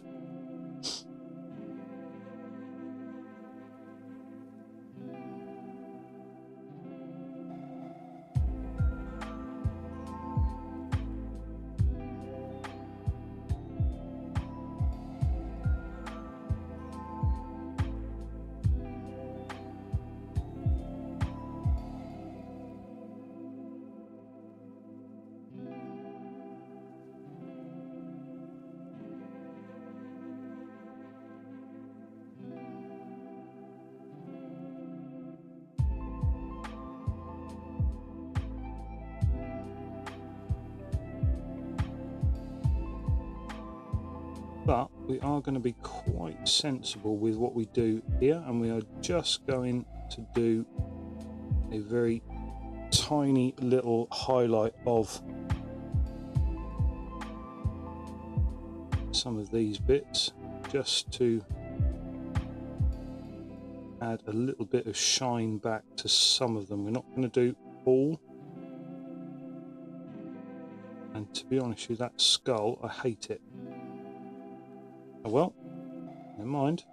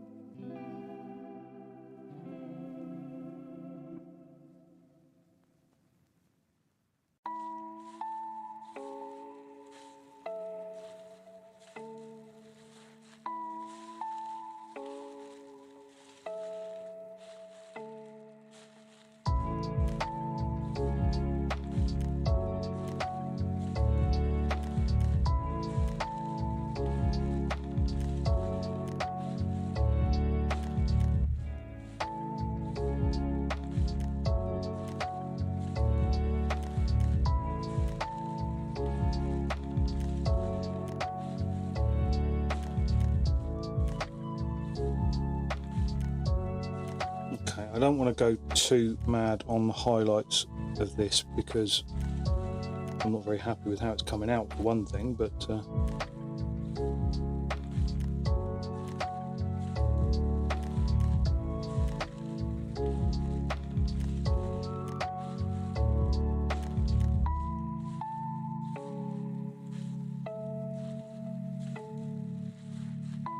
also I don't want highlights to be quite that overpowering on the whole model.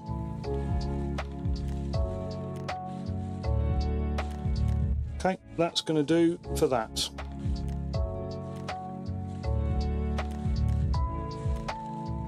I don't hate the chest plate quite as much as I thought I did.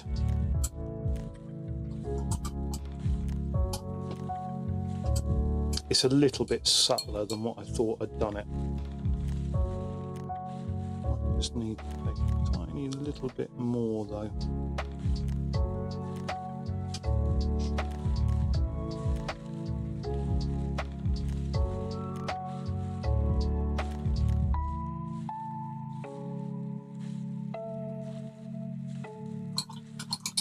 Well, that was a mistake. Never mind. Right.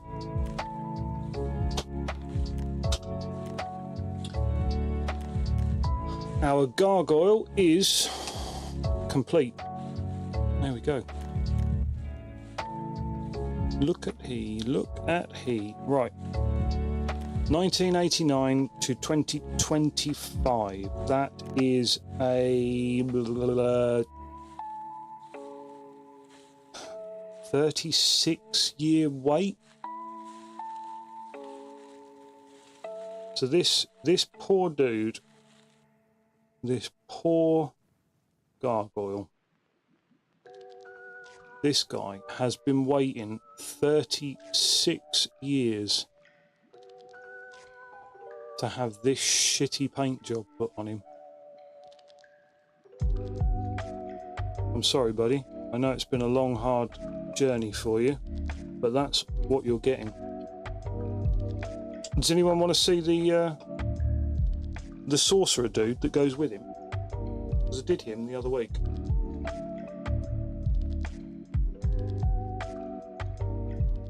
Let's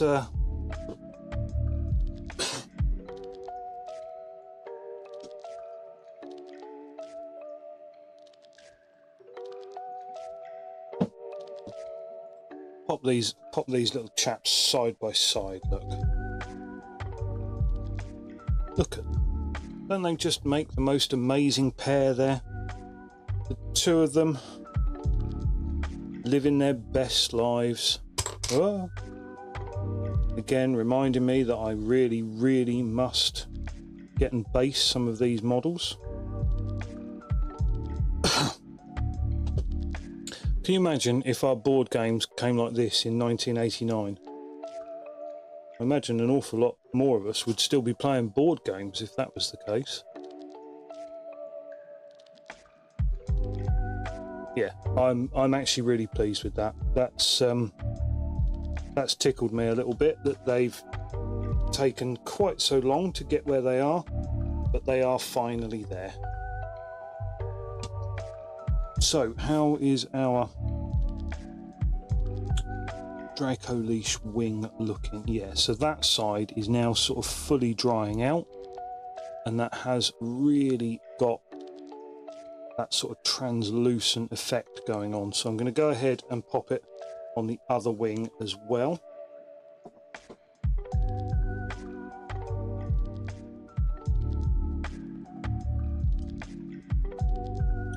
And then what I'm going to do is, yeah, so I'm going to paint this on the other wing as well. So this wing, getting in at these wings is such a pain, but so worth it apparently. Got to remember that this is about the fifth time that I've been leaning in like this to paint this side of this wing.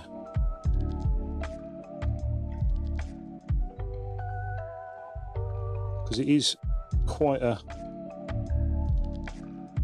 you know, you paint it once, you finish, you paint it again, and what have you. So, mind you, it's my own choice to paint it that. I could have just painted it red and been done with it.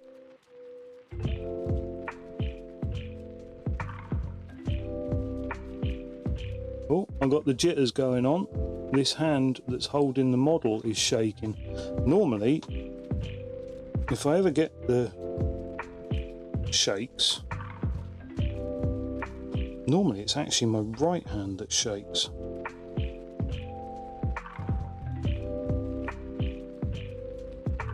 I think more beer will cure that in a moment. Right.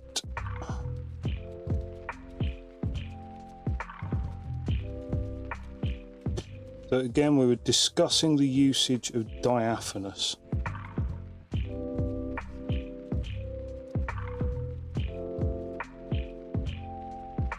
I think I've only ever heard of it used in anything twice.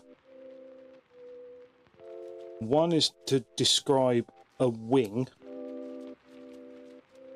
of an insect, diaphanous insect wing, and the other is to describe like a ball gown or something like that.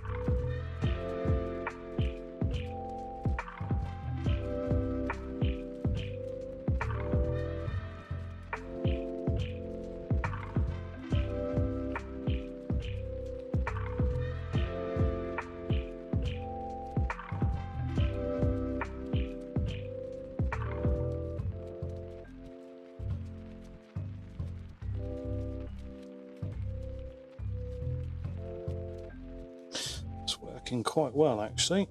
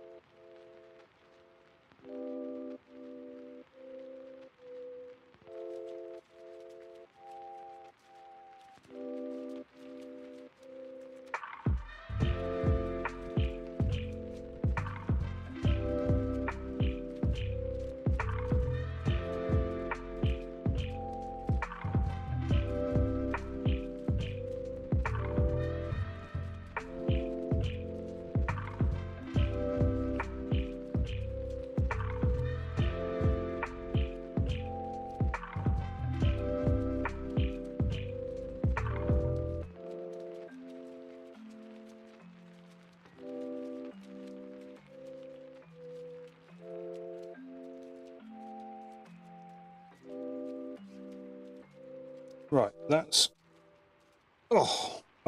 I'd nearly forgotten that I have another whole wing side to do. And relax. Chill out. Nice little relaxed painting session.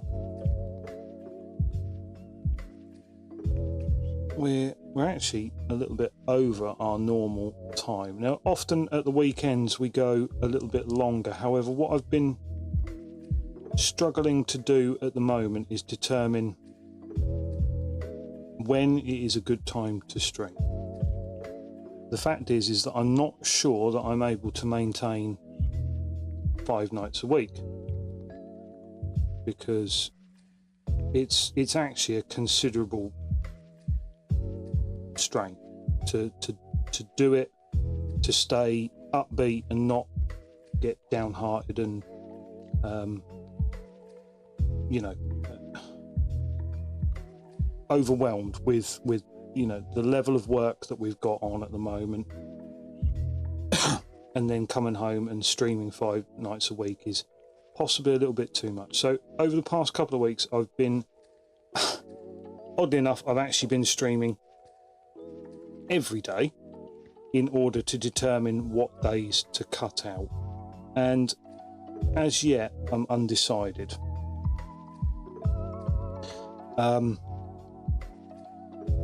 You know, I can't just do it for a single week because it's not a big enough sample size.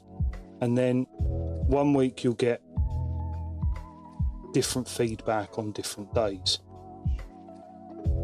And so, yeah, I'm still not entirely sure what day is best to keep going. But what I am going to do is I'm not going to stream for too much longer, because while I am streaming every night, it actually skews the data if I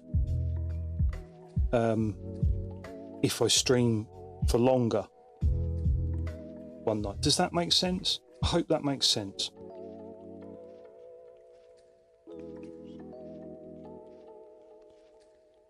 The data set that I've got is based on 2-hour streams. How effective is each day? If I stream for longer on a Saturday, then I skew that data set because I get more viewers by the dint of being live for longer. Yeah, that must make sense.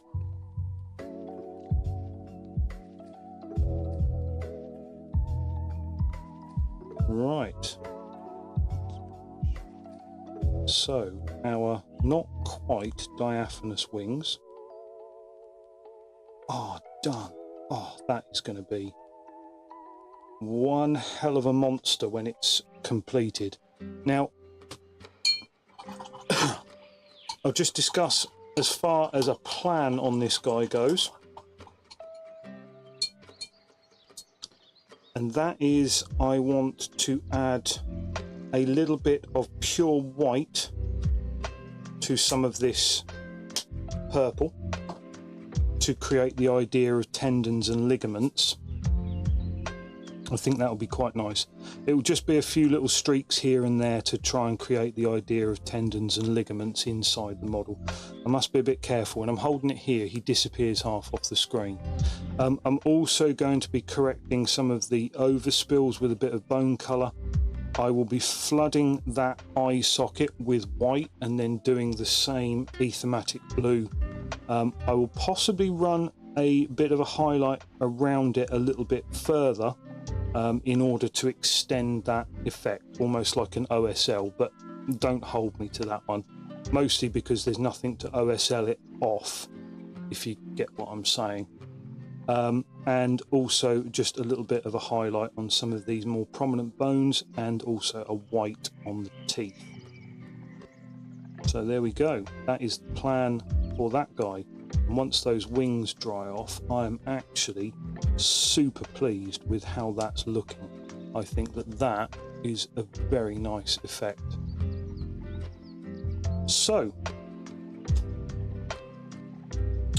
there we go. That is a gargoyle. 3 wolves. We finished off early. 3 wolves, a gargoyle, and most of our Draco leash done. Crossed off. More meat for the grinder, as it were. Yeah, thank you for joining us, folks. It's been a pleasure, and I hope to see you guys on the next one. Next one will be tomorrow night at 8 o'clock, Twitch, YouTube, 8 o'clock UK time. Thanks very much. See you around, folks.